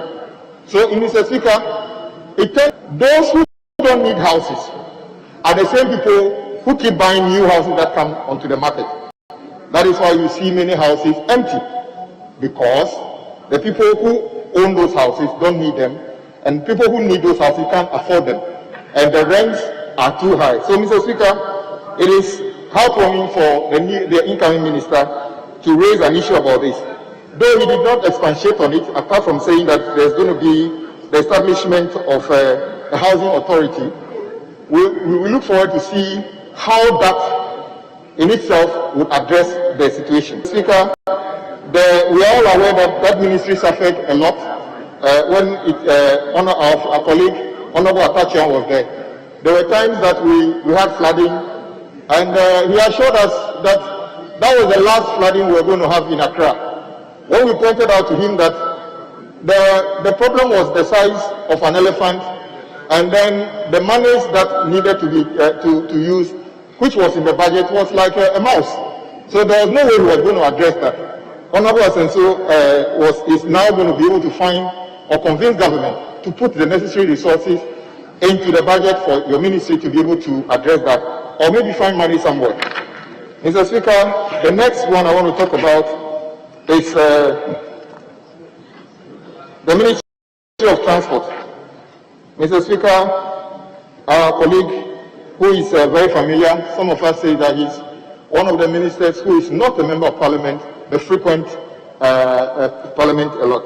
But I just want to correct something in the report. The report carries a headline that says Buankra Inland Port. Mr. Speaker, indeed, there's nothing like Buankra Inland Port.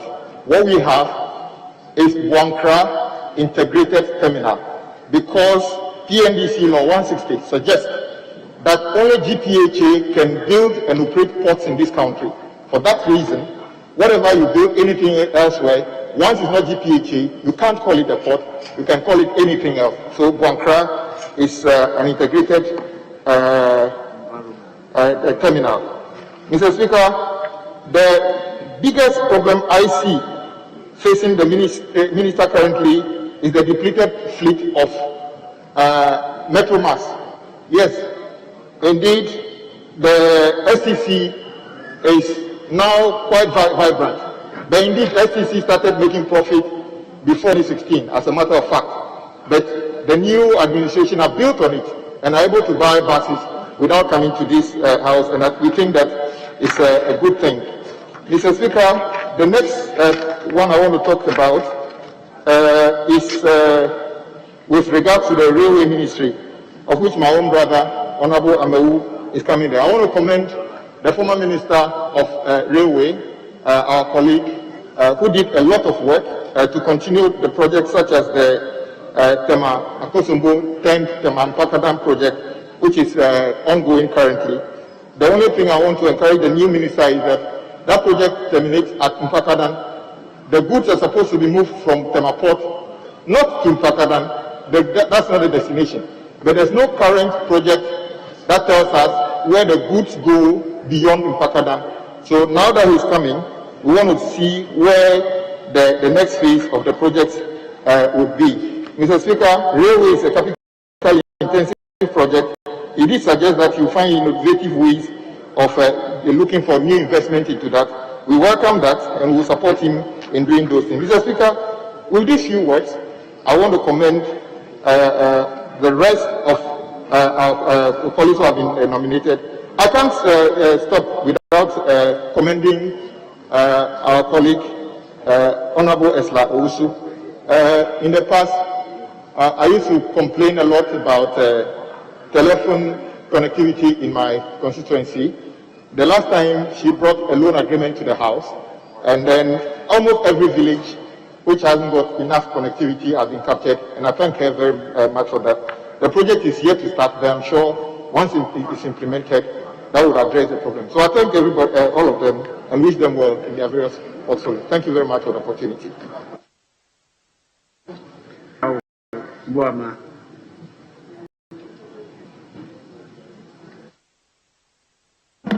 Thank you very much, Mr. Speaker. Mr. Speaker, I rise to add my voice to support the motion on the floor to approve 16 ministerial nominees 12 of whom are colleagues on this floor as members of parliament. One is a former member of parliament, and 3 are members who have not participated or had the opportunity to be members of parliament. Mr. Speaker, the Minister designate for Lands and Natural Resources gave an assurance to the committee that the outstanding 254 timber utilization contracts will be ratified. He will ensure. Mr. Speaker, why am I particular about this? The fact is, if those contracts are not ratified in accordance with the Constitution, timber and wood products from our country that are supposed to go to the European market will be rejected. And I believe and I trust in him that he's going to ensure that. Mr. Speaker, the Minister for Trade and Industry designate distinguished himself. He spent over 5 hours with us, and I wanted the minority leader to be around. We're all satisfied with answers on the Commander Sugar Factory. And we want to assure him that government will do whatever it takes to ensure that the factory,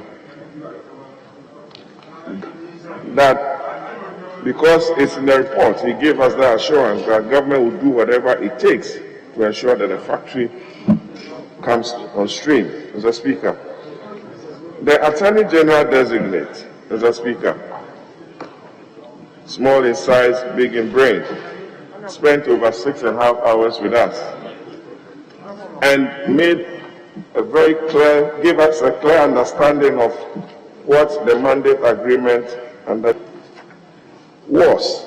Members were very satisfied with the answers that he gave, that it was a subsidiary agreement and that it did not require parliamentary approval. Mr. Speaker,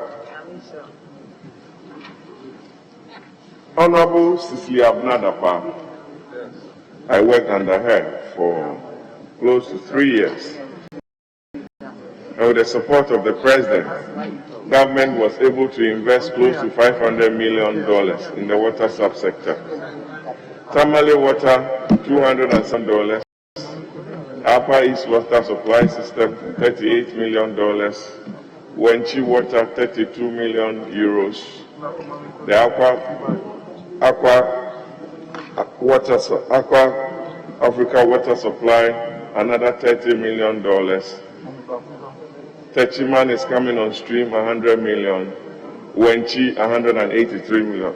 Mr. Speaker, all in all, government's water for all policy under her sterling leadership is seeing some progress. And she's also doing her very best in the sanitation subsector, especially with the establishment of waste recycling plants across the country, which she supported the President in cutting the sword for work to commence. Mr. Speaker, let me refer you to page 125 and 124 and 125 of the report on the nominee for sports.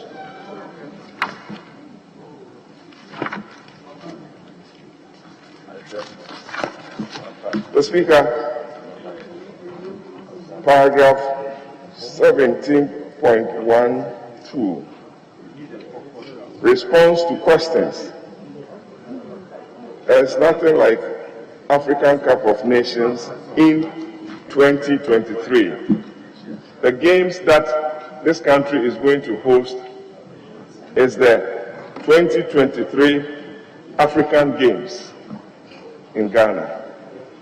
And it will give this country the platform to develop a lot of sports infrastructure, especially those that we've not concentrated much on. Mr. Speaker, let me commend the nominee for showing such humbleness before the committee.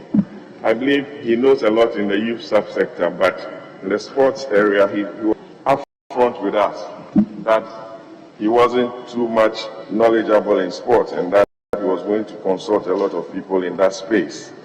He also gave the assurance that he will follow through a lot of corporate sponsorship to enable some of our sporting disciplines get the needed sponsorship like it happens in elsewhere. Mr. Speaker,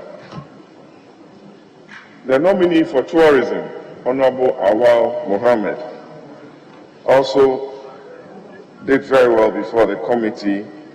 We reminded him of a facility of about $40 million that government has secured to develop a lot of our tourism sites, or tourist sites, and gave us the assurance that he will do whatever it takes as minister to promote domestic tourism. Francis. Just a minute, Honourable Member.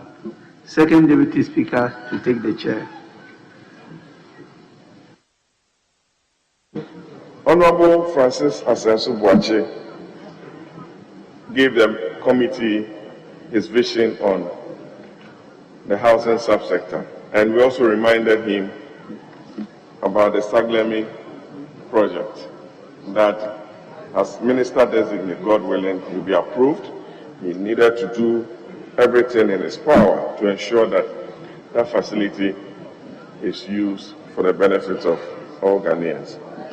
Mr. Speaker, Honorable Peter Mewu, on the $500 that we approved for Amandi for the railway subsector, I believe he was also given the needed support by the committee to ensure that that facility is utilized well for the benefit of Ghanaians.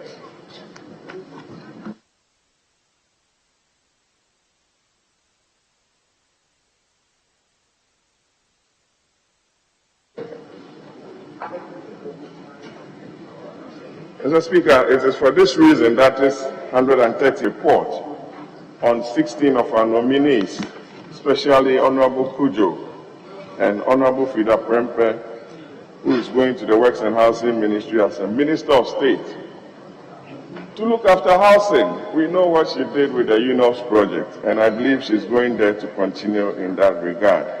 Honorable Kujo will be working with Honorable Asamoah Boateng on the SIGA to ensure that the state and the shareholding that the state has in a lot of public institutions and public enterprises are well looked after.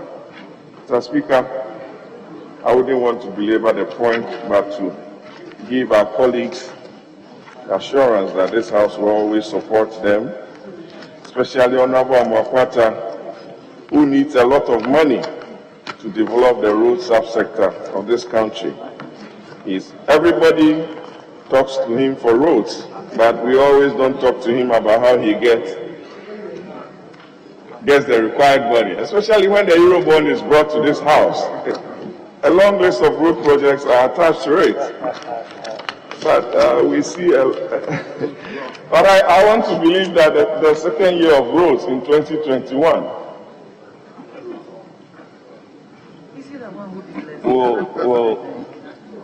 will be, Minister, we want to be sure.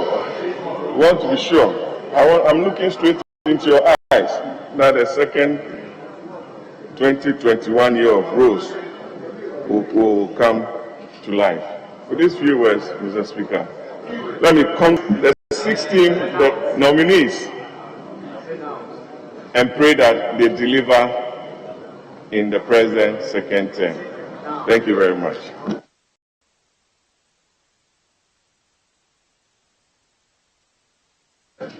Honorable Samuel George. Thank you very much, Right Honorable Speaker. Honorable Speaker, I rise to contribute to the second report of the Appointments Committee on the 16 nominees put before the House.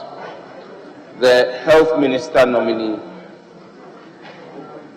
seeks to execute a promise that should have been coming to completion next month. A promise that is very dear to my heart because the Ningo Prampram constituency doesn't have a district hospital.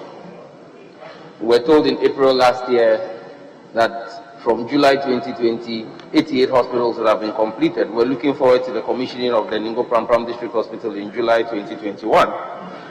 But we're hopeful that that failed dream will become a reality if he is approved. On the issue of 1D1F, which comes under the Minister for Trade and Industry, it's important that we move 1D1F. And when the minority leader was speaking, the leader of the NDC group in Parliament was speaking, Honorable Haruna Idrisu, he spoke about the fact that it appears to be lopsided. It appears to be lopsided because most of the factories that are being designated 1D1F are already existing factories. And already existing factories exist in the southern part of Ghana. You come to Ningo Pram and you say that B5 is a 1D1F. It leaves a lot more to be desired. When the nominee appeared before the committee, on page 16, paragraph F, termination of the GCNet agreement, he made categorical statements that the GCNet termination would not warrant a judgment debt, as captured in the report. But Mr. Chairman, Mr. Speaker, it's interesting that the outgone senior minister, in a letter to GCNet, acknowledges the fact that government will be indebted to paying the value of the unexpired term of the contract. That is a judgment debt. GCNet has valued it at between 90 to 100 million US dollars. That's cost to the state. So to suggest that the termination will come at no cost to the state, again, that nominee. The last issue on the trade minister will have to do with exercise of his oversight responsibility. It will be my hope that after this House approves him, he would exercise better oversight over his ministry or the agencies in his ministry, because when he appeared before the committee on page 18, paragraph I, his speech was unaware of the demolition by the Ghana Trade Fair Company. As minister responsible for that sector, I would have expected better oversight for him to know about it. Very Honourable Speaker, on page 38, the fight against COVID and the use of information technology, the Minister Designate for Communication,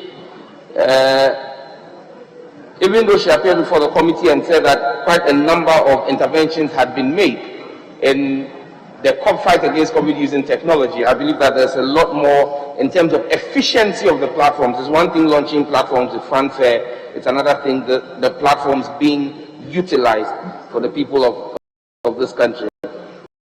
Mr. Speaker, on the issue of the international traffic management and the impact of the common platform on revenue, we've had a lot of debate over the past 3 years on claims that have been made. When the minister nominee appeared before the committee and said 300 million Ghana cedis in taxes was lost from potential under declarations between 2015 to Q1 of 2017, again, such conjecture going forward, we should avoid and speak to specifics.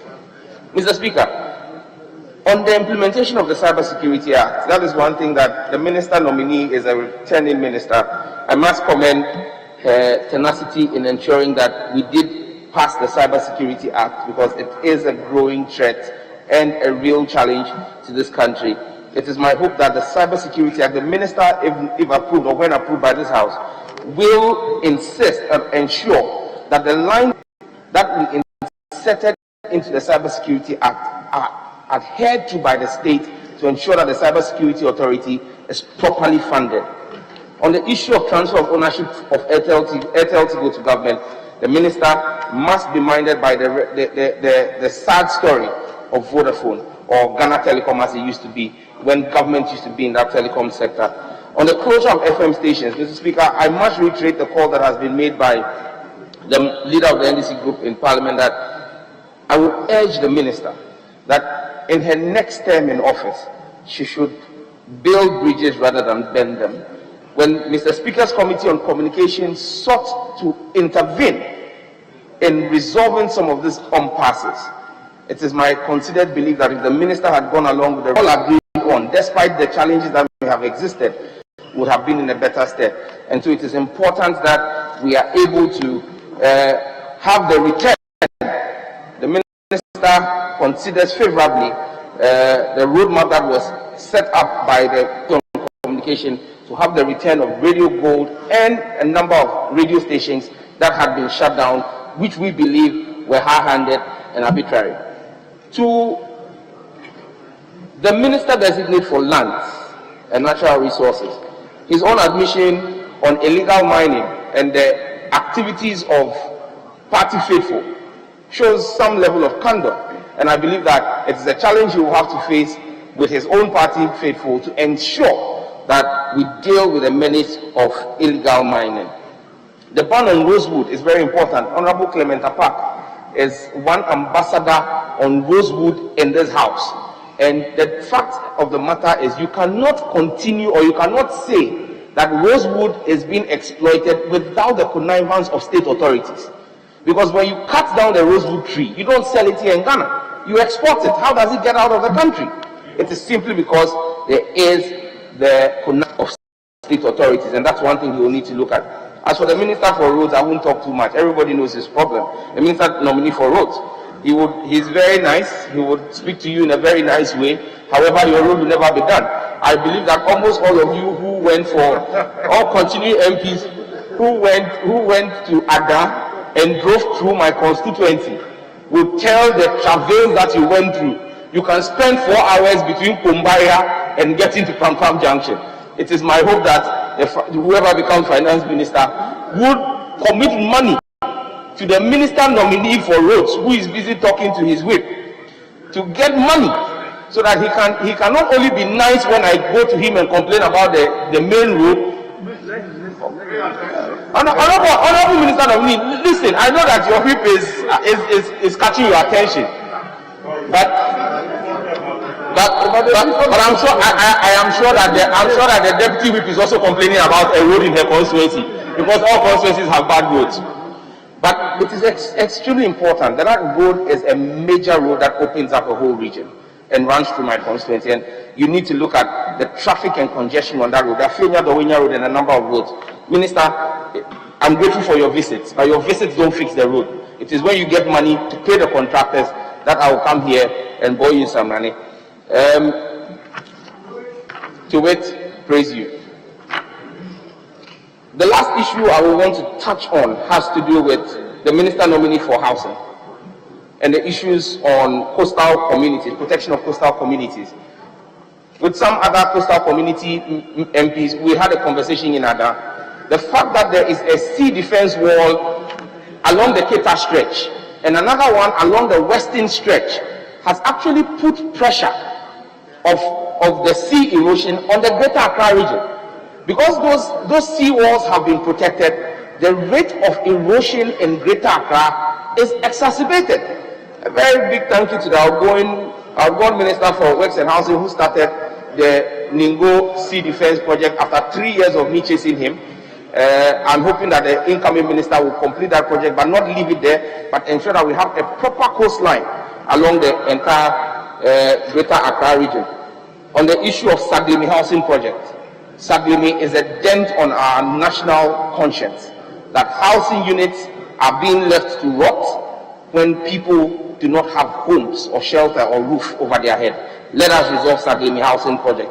On the issue of the Kole Lagoon Ecological Restoration Project, and that's the last one I make, because I see that we are hard pressed for time. It is important that the minister bears in mind that this was a 2016 MPP manifesto promise that was unfulfilled in the 4 years of the first term of President Akufo-Addo, where they pledged to ensure that after 4 years of the MPP, we'll be able to go and catch Chile Kole Lagoon for the celebration of Homawo. They said they were going to reintroduce fish stock into the Kole Lagoon. Today, all you will see in the Kole Lagoon is a lot of debris. The regional minister nominee designate will bear me out on that. And so it will be a thing of pride that we would have the Kole restored, such that, like you see in the movies in Venice, we can actually go and fish or have a boat ride on the Kole Lagoon. Right, Honorable Speaker, with these few words, which I believe have been very brief, I would want to wish them well and hope that they serve their country to the best of their abilities. I thank you. Member. Now the turn of Dr. Amin Anta. Thank you, Mr. Speaker. Mr. Speaker, I rise to support the motion for the approval of President nominees for various ministerial positions, as highlighted by the report of the Appointments Committee. All the nominees, Mr. Speaker, are dedicated Ghanaians who have distinguished themselves in their previous roles. And given that they've been given another opportunity to serve there, it's a demonstration that we celebrate achievements, we celebrate successes. For this reason, I'd like to appeal to the House to resoundingly approve these nominees so that they can start work for the work of government to move in earnest. Mr. Speaker, specifically for the Honorable Peter Ameu, he's my brother. I've known him for decades, and we've worked together. When we worked at ASEP, I was his boss. And when we went to government, he became my boss. The lesson I learned from that is that you always should treat your subordinates well. Otherwise, when they become your boss, it could be another story. But Mr. Speaker, having gone through the report of the Appointments Committee, I noticed that all the questions of the committee were honest responses, whether they were on Aker energy issues, car power ship contracts, the energy sector debt. They were honest and comprehensive answers. And this I know because of my understanding of the work the Ministry of Energy did while I served as his deputy. Mr. Speaker, he has also implemented reforms that have put Ghana on the global map of good governance in the petroleum industry. For example, he implemented Ghana's first round for the allocation of oil blocks to companies. He also ensured that a petroleum register was established and all 17 petroleum agreements have been published on this register. This is the first time we have done that in Ghana, further indicating Ghana's rise on the map of global good governance in resource management. But also significant is the fact that he supervised the development of the General Petroleum Regulations, which now requires that companies that are bidding for oil blocks must first disclose their beneficial ownership information. This is very significant in order for us to be able to tackle the risk of corruption in the industry. Mr. Speaker, significant also are the young people who have been elected by the President, specifically the Honorable Samuel Abla-Jinapo, the Honorable Mustafa Yusuf, and the Honorable Francis Asensu Boachi. These are my younger brothers, but they are also professionals and are accomplished in their own right, even in their rather youthful age.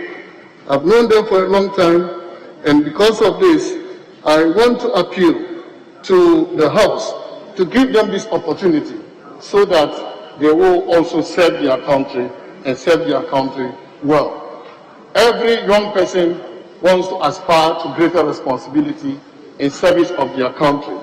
And we must be proud that these young men have been recognized by His Excellency, the President, to serve their country at these higher levels. Mr. Speaker, specifically on Honorable Samuel Abla-Jinapo, the report highlighted the contributions he will make to accelerating the development of the aluminium industry in Ghana through the Ghana Integrated Aluminium Development Corporation.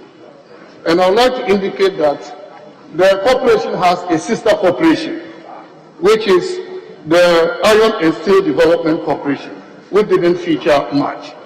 I'd like to draw his attention to the fact that it is important for him to give equal attention to the development of the Iron and Steel Development Corporation, which is intended to harness the potential we have in Sheni, the iron ore deposits in Sheni, so that the eastern corridor of the northern region can also be developed into a new growth pool to help in eradicating the high levels of poverty afflicting the people in the north. While Ibrahim, the nominee for tourism, he indicated to the committee that tourism is business, and he is bringing his experience in business to bear on the tourism sector. This is what we need so that we can be able to generate more revenue for the state. But apart from generating revenue for the state, we also need to create decent jobs. And I know that the work is done at the Ministry of Business Development. He will bring that experience to bear on this new role that he has been assigned to create more decent jobs for the people of Ghana and bring to reality the vision of His Excellency the President Akufo-Addo of creating jobs for our people all over the country. These few words, Mr. Speaker, I want to support the motion for the approval of all the 16 nominees presented by the Appointments Committee. Thank you, Mr. Speaker.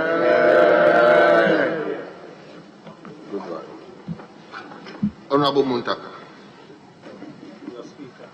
Thank you, Mr. Speaker. Because I can hear the chairman of the committees this screaming of his place. Now make it short. Why are you scared of how long I speak?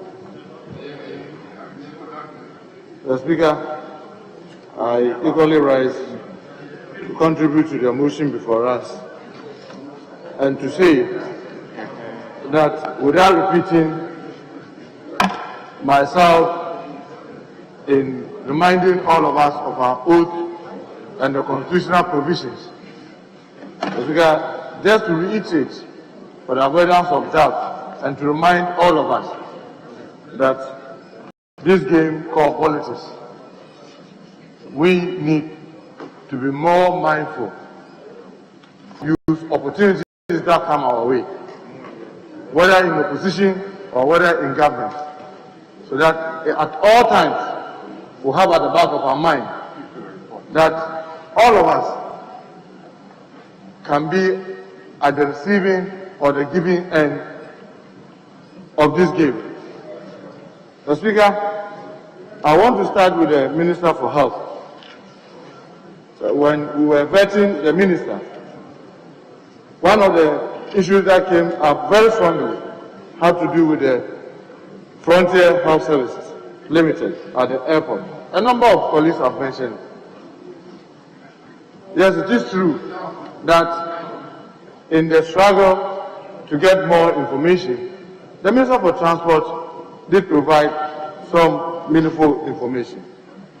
But Mr. Speaker, as Minister for Health, he needs to be more interested in his agencies that work under him and the activities of businesses that have to do with health that the agencies will have to oversight. Because, Mr. Speaker, it was shocking to note that most of the activities of the Frontier Health Services Limited could not be explained. And naturally, you may think that the Minister for Health was avoiding giving answers. But truly, when we met in his second appearance before the committee, even though not in public, you could see that genuinely there were some difficulties. I only hope that when given the opportunity for the second time, he may be paying attention to some of these activities that are going on. You are the President, Chief Advisor on Health.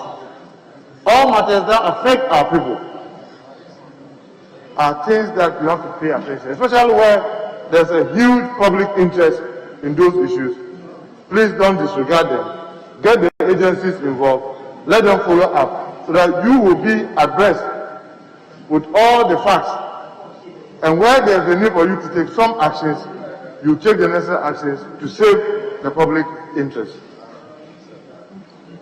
Mr. Speaker, when the minister designate appeared before the committee, one of the shocking was that for the 4 years, from 2017 to 2020, he has been the minister, and not a single hospital has been started or completed. Even when the president COVID came and the president did promise that he was starting from 88 district hospitals, we put before the minister whether he's aware any one of it has started. When in actual sense, the president's hope was that by August of 2020, we were to see visibly these structures. Not even one has started. And we asked the minister, why? What briefing did he give the president?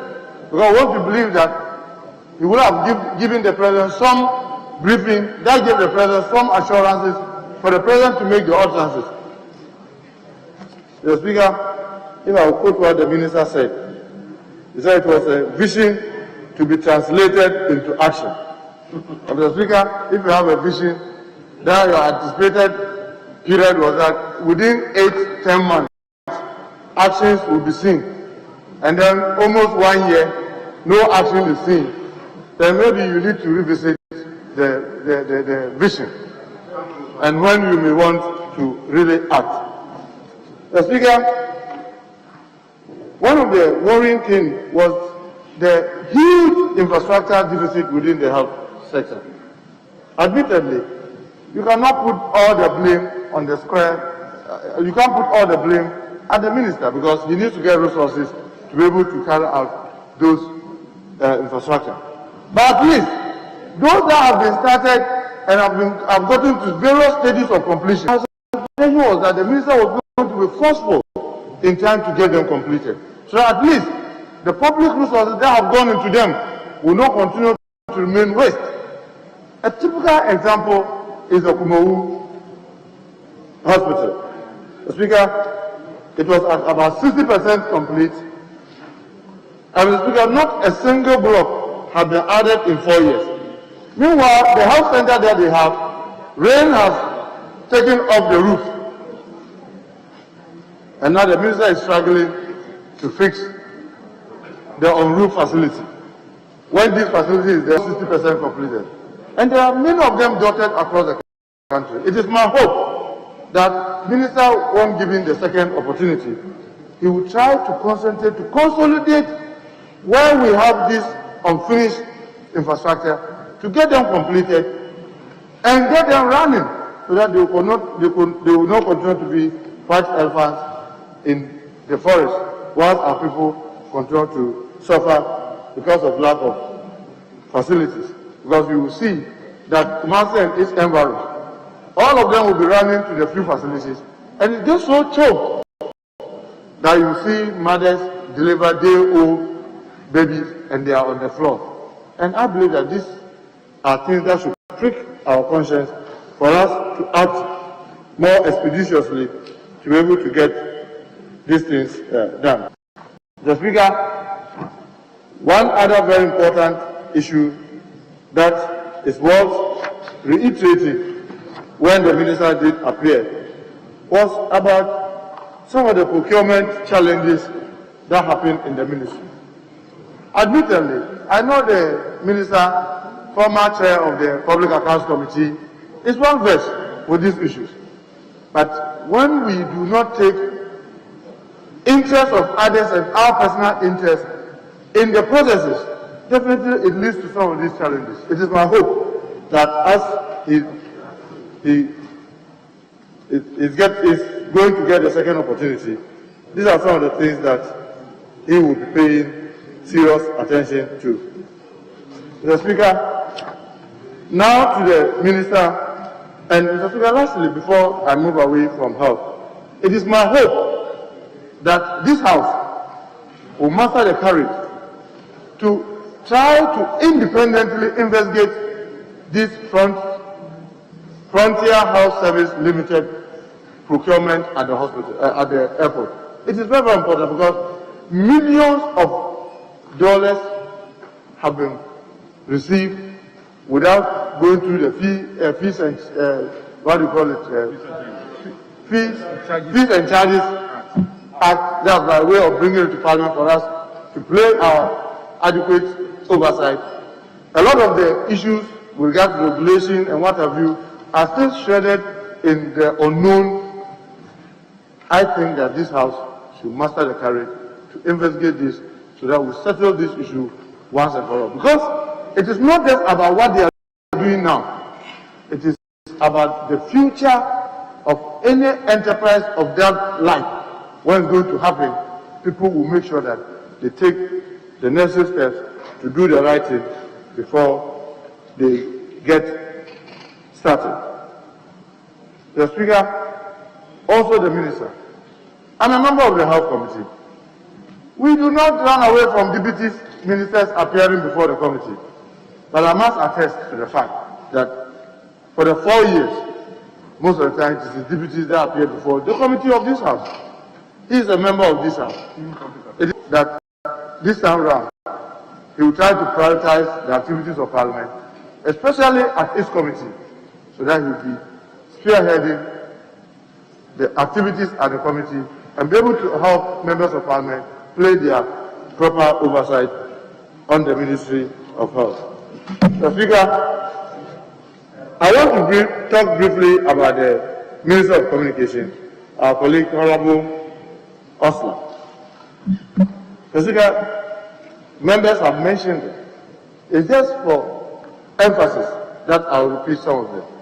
And I say this with all sincerity, that so long as we will continue to show each other where power lies, we will not be able to stop the anger of our various political party activists who will always be telling you that this is the opportunity, once the person is down, give the person or give her the best of shots.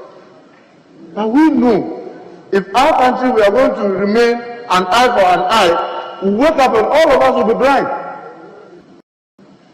The time has come for us all to try to stay within the confines of the law, act fairly, treat each other with respect, because, look, regardless of what you do, everything will not stay static.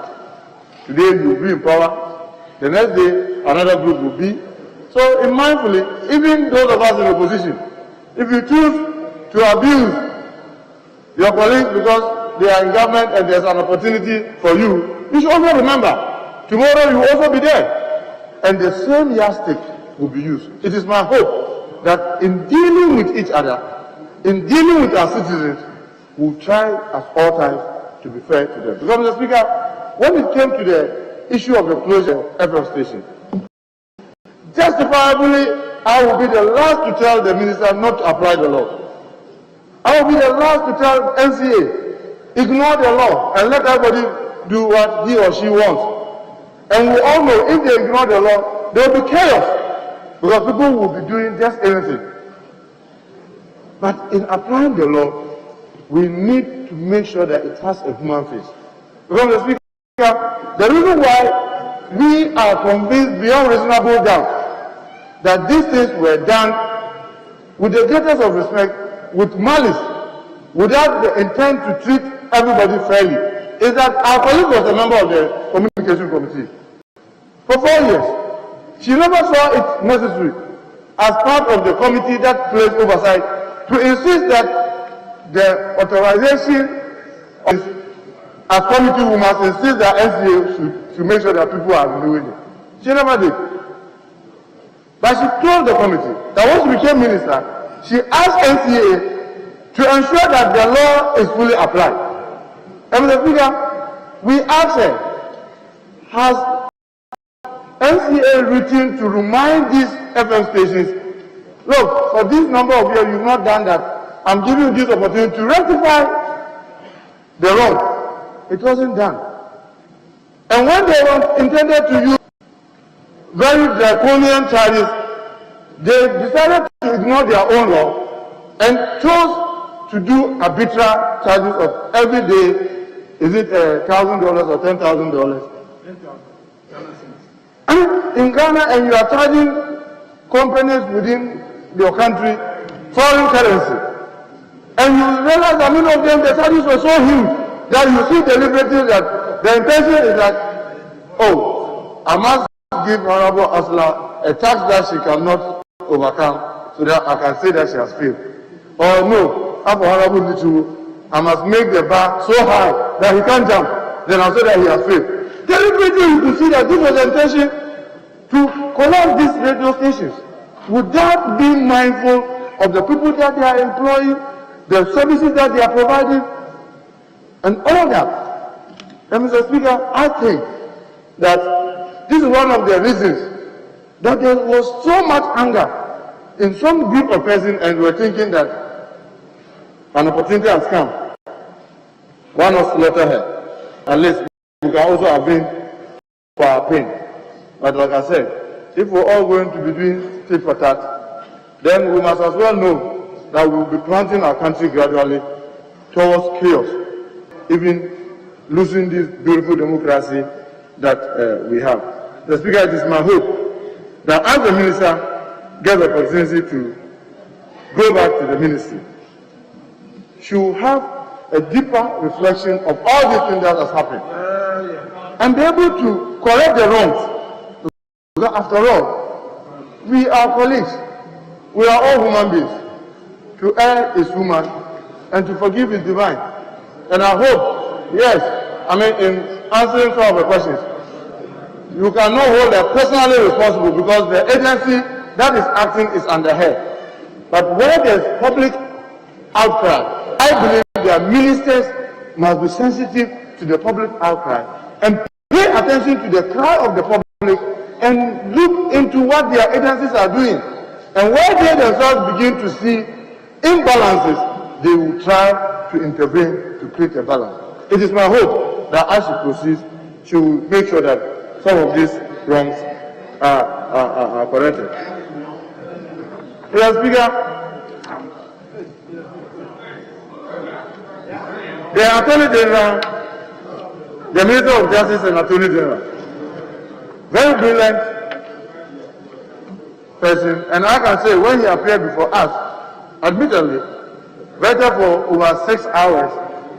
In terms of his brief, in my view, he was one of those who were really on top of their brief.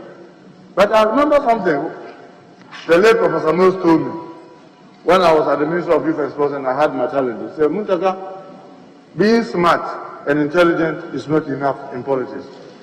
You need to learn to carry people along. I want to add the Minister for Justice and Attorney General. There's a lot of complaints about his attitude. As to whether they are justified, whether it is fair to want to say that somebody must smile to people, he must be somebody who is reaching out to people. But once he wants to be Minister for Justice and Attorney General of our country, I just hope that he will carry this on board. Because yes, he's smart, yes, he's intelligent, but being smart and intelligent is not enough in this game called politics. You need to be able to listen to people. You need to be able to be reaching out to people. And I'm sure, as a fairly younger person than me, I believe he has a lot he can contribute to our country. And I want to be the last to want to be an obstacle to somebody who contribute to the development of our country. But in doing this, the unnecessary politicking within the Attorney General's department, he must do well to watch that, because these were some of the things that were being helpful. Lastly, Mr. Speaker, the issue of the ministers of state. Mr. Speaker, in fact, we were worried that our colleague, Honorable Frida, a colleague in this house, nice to persons, Senior member. in fact, Honorable Ahmed is adding that she's a senior member in this house, a third timer, is sent to a ministry where there's already an existing. Glorified Deputy Minister. With the greatest of respect, when you look at the Constitution, the powers of the President to appoint cannot be challenged. But where we can see the President is showing seeds of confusion and conflict, we need to draw his attention. And this is one area that we are doing. Because we all know, you can go and check what was happening in Ministry of Agri. They just ended 4 years. What was happening there? When you have a minister, you have a minister of state, you have, is it 2 or 3 deputies? It was full of conflict. The compound house. From my own brother, when he was the Minister of Education, there was Minister for Education, Minister of State and the Minister of Education, deputies. As a house, we must begin to let the president know. Yes, for Minister of State to stay at the office of president, to be able to do 1 or 2 to help, yes. Even that should not be 10 of them, 5 of them. No, 1 or 2, 3 of them, because we know there are some agencies that are not directly under any ministry. They could help. But to just go and put a Minister of State under a minister in a Minister of Water Resources, Works and Housing, in my view, will not serve this country good. It's Minister for Works and Housing. Minister of Works and Housing. And I hope the President will reconsider whether he will not want to move this Minister of State to the office of the President, where a specific tax will be assigned here, instead of sending her there, and then the possibility of generating unnecessary conflict that may not allude to the benefit of we the citizens. Mr. Speaker, with this comment, I want to thank and congratulate all our colleagues who've gotten the opportunity to serve. And I will hope that in carrying out their duties and functions, they will remember to do fair to all manner of persons, especially Ghanaians. Thank you very much, Mr. Speaker. Thank you, Leader. Finally, the Leader of the House.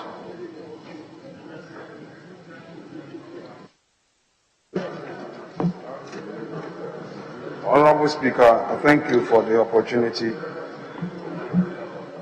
to rise in support of this motion. Mr. Speaker, the chairman of the committee is inviting us to adopt the report of the committee and by so doing to approve 16 nominees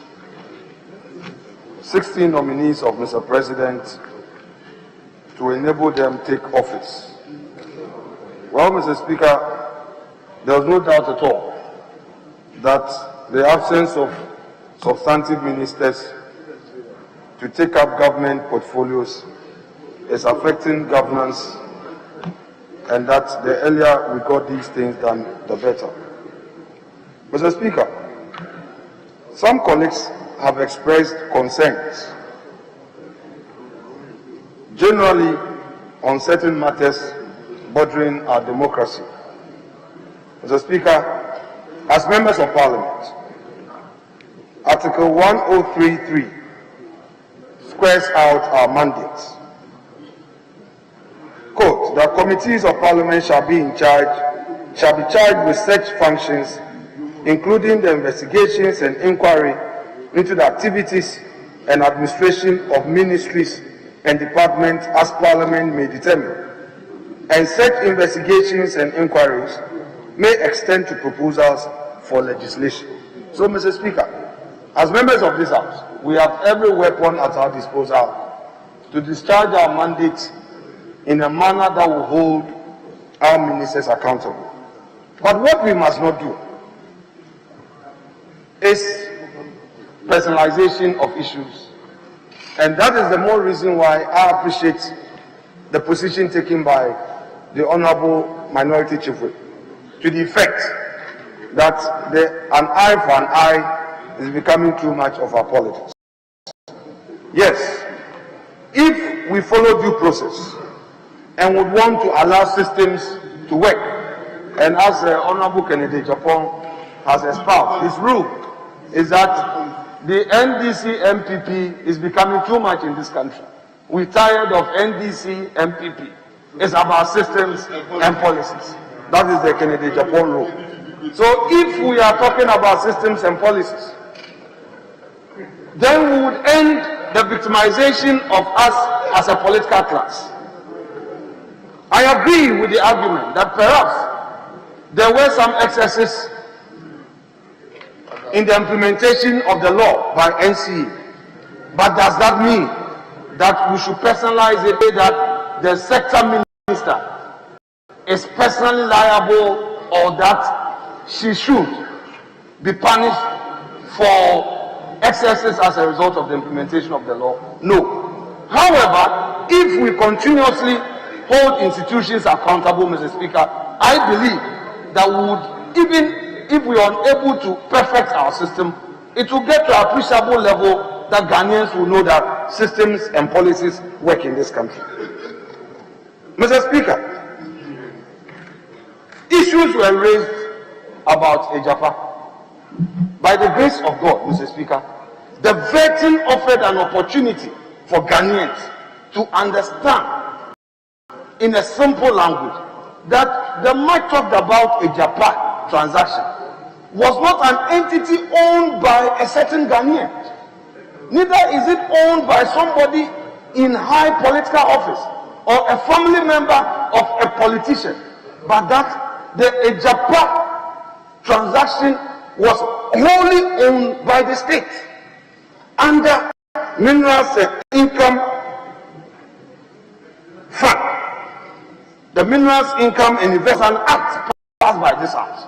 So, Mr. Speaker, one more time, under Article 1033, if we had discharged our mandate in a manner that would have meant that we were actually doing oversight, I'm sure that members of Parliament then wouldn't have joined the chorus in saying that Ejapa individuals in political offices were selling out mineral income, or that individuals own shares and those people are connected to politicians. Mr. Speaker, the public out there has thus been poisoned, but in reality, is it the case? Mr. Speaker, I again agree with the Honorable Minority Chief Whip's position that often the public is poisoned and they develop a certain expectation of us. Yes. But Namu Kosa, we ourselves, we still remember the Let the Blood Flow of 79. Do we want it again? No. We have gotten to a point that we all want due process to work. We don't want it. So why should we as a political class, Mr. Speaker, antagonize ourselves? That is the reason why today, Mr. Speaker, I am proud of the position by the minority side of this House, that we are in this together. We disagree and agree. There are issues, and we will take time to explain to our followers that we act within the confines of the law. If yesterday they saw us debating and voting, today is not the same, it's consensus. They will have to appreciate how we work, and it is not somebody's duty, it is our duty to explain to them.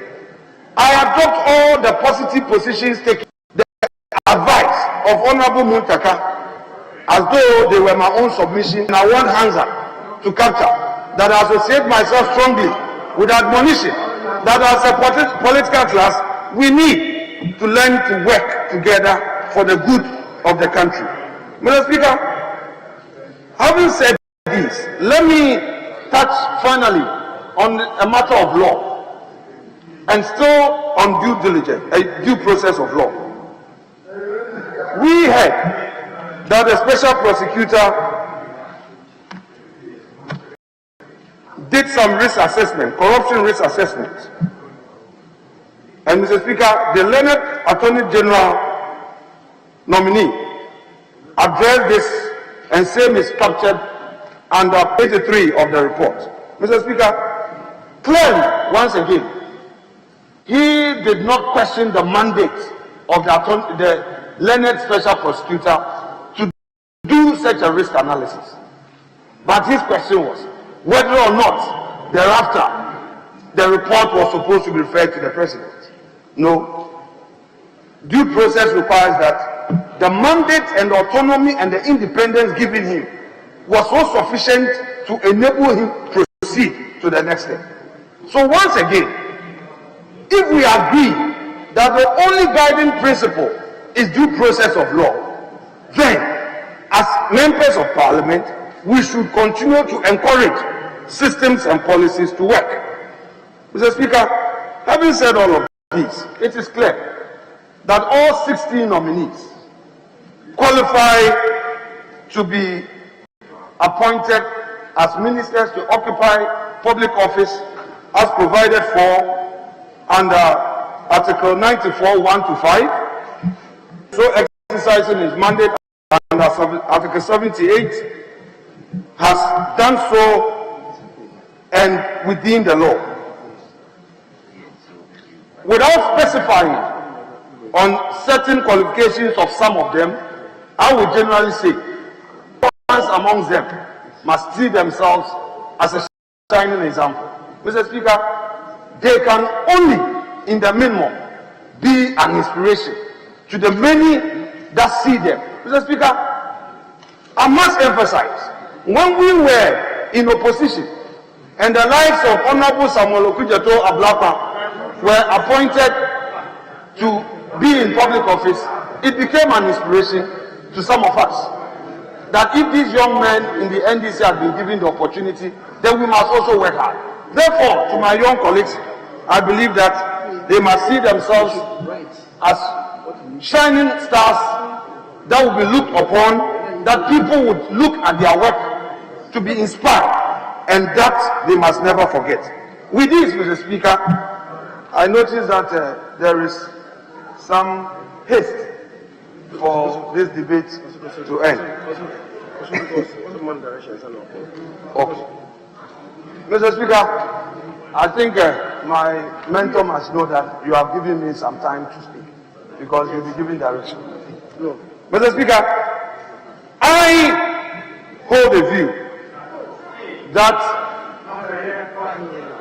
by confirming, by accepting the recommendation of the appointment committee, we will be helping Mr. President in the governance of this country. Mr. Speaker, he cannot do it alone. Businesses must move, and without substantive ministers, they cannot. But Mr. Speaker, to end my submission, let me touch on this matter. Whenever you hear of corruption, whenever you hear of procurement infraction, you never hear any foreign company's name associated with the supposed procurement infraction. It is always about a Ghanaian company. So I've been asking myself, so does that mean that for all procurement matters that involve foreign companies, everything is perfect? And sometimes, Mr. Speaker, we ask ourselves, sometimes some businessmen may go and bid. If they are successful, they are fine with public officers. If they are unsuccessful, they try to victimize and they try to get information out to the media when they know there is no such justification. Mr. Speaker, today, if as a parliament we are saying that we want to chart a new path, these are some of the matters we need to look at. When somebody brings you information that, hey, there is this Kwane at a certain ministry, ask yourself, Mr. Speaker, ask yourself, does that person really mean well, or that because today he has lost a job to another company, he wants to victimize the person occupying the office, or that indeed genuinely he's lost that business? Mr. Speaker, if we are building Ghana beyond aid, if we are creating an opportunity for Ghanaian entrepreneurs, if we are building an economy for ourselves, then it is important that we in the minimum also protect the individual reputations of those we place in public trust. Unless, Mr. Speaker, for reasonable cause, they have gone contrary to law. But, Mr. Speaker, if it is not, then let us not unduly victimize them. Mr. Speaker, with this, Oh, you want to start on? Oh, point of order.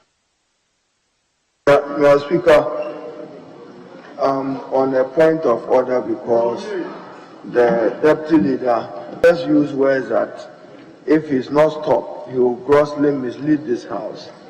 When he referred to procurement, he just used the words contrary to law. I believe, Mr. Speaker, he's responding to us when we said that frontier health services. I said you are responding. You said procurement and said Ghanaian and foreign. You didn't use foreign. Contrary to law, if you procure, Mr. Speaker, without respect to the Public Procurement Act as amended, that is contrary to law. And those were the matters we're bringing to force. So if you can stay within it, we simply were saying that we are demanding answers how that particular service have been secured for Ghanaians to pay 150 for purposes of antigen tests at the airport, when we only have details, or we have only details of rental of offices with the Ministerial of Transport. So, Mr. Speaker, if he says contrary to law, yes, contrary to the Public Procurement Act. Thank you. Mr. Speaker, has used experience to re-argue points he's already stated. Yes, his experience in leadership and a former student leader to make a point known again. To frontier, I was making a general statement, which you and I know it is true. In any event, Mr. Speaker, we as a parliament must show interest in procurement-related issues and follow due process in questioning infractions. The gallery approach is not good for our country, is not good for those in public office. And that is the reason why, in particular, even the frontier healthcare services matter. It is clear that it is not true that they didn't follow due process, because the evidence as given to us by the nominee clearly shows that communication, Public Procurement Authority, and Public Procurement Authority responded. Mr. Speaker, having said this, I may thank you for the opportunity and urge the House to accept the recommendation of the committee and approve the 16 nominees by consensus. I thank you so much. Thank you, honorable members. At the end of the conclusion of the debate, I will put the question. And the question is, as many as are in favor of the motion say aye. Those against the motion say no. I think the ayes have it. The motion is hereby adopted. The House has accordingly approved the following persons for ministerial position appointments in accordance with Article 78(1) of the 1992 Constitution of the following people: Honorable Kwaku Ajimamenu, Minister for Health; Honorable Alan Kojo Martin, Minister for Trade and Industry; Mr. Godfred Yabua Dame, Minister for Attorney General and Minister for Justice; Honorable Osla Owusu Ekufu, Minister for Communication and Digitization; Honorable Samuel Abdullah Jinapo, Minister for Lands and Natural Resources; Honorable Akwasi Amoako Atta, Minister for Roads and Highways; Honorable Francis Asenso Boache, Minister for Works and Housing; Mr. Kwaku Ofoye Siama, Minister for Transport; Honorable Peter Ameru, Minister for Railway Development. Ms. Cecilia Abena Dapa, Minister for Sanitation and Water Resources. Mr. Awar Mohammed, Minister for Tourism, Art and Culture. Honorable Ebenezer Kujo Kum, Minister for Chieftaincy and Religious Affairs. Honorable Koku Efriye, Minister for Environment, Science, Technology and Innovations. Honorable Mustafa Yusuf, Minister for Youth and Sports. Honorable Joseph Kujo, Minister at the Presidency for Public Enterprises. And Honorable Frida Prempe, Minister of State at the Presidency for Works and Housing.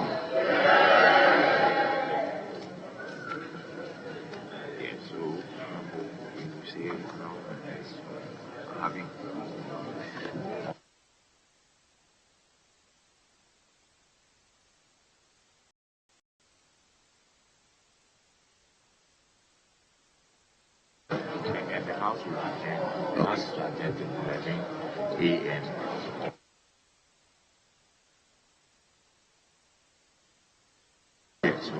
Leadership of the House, any indication?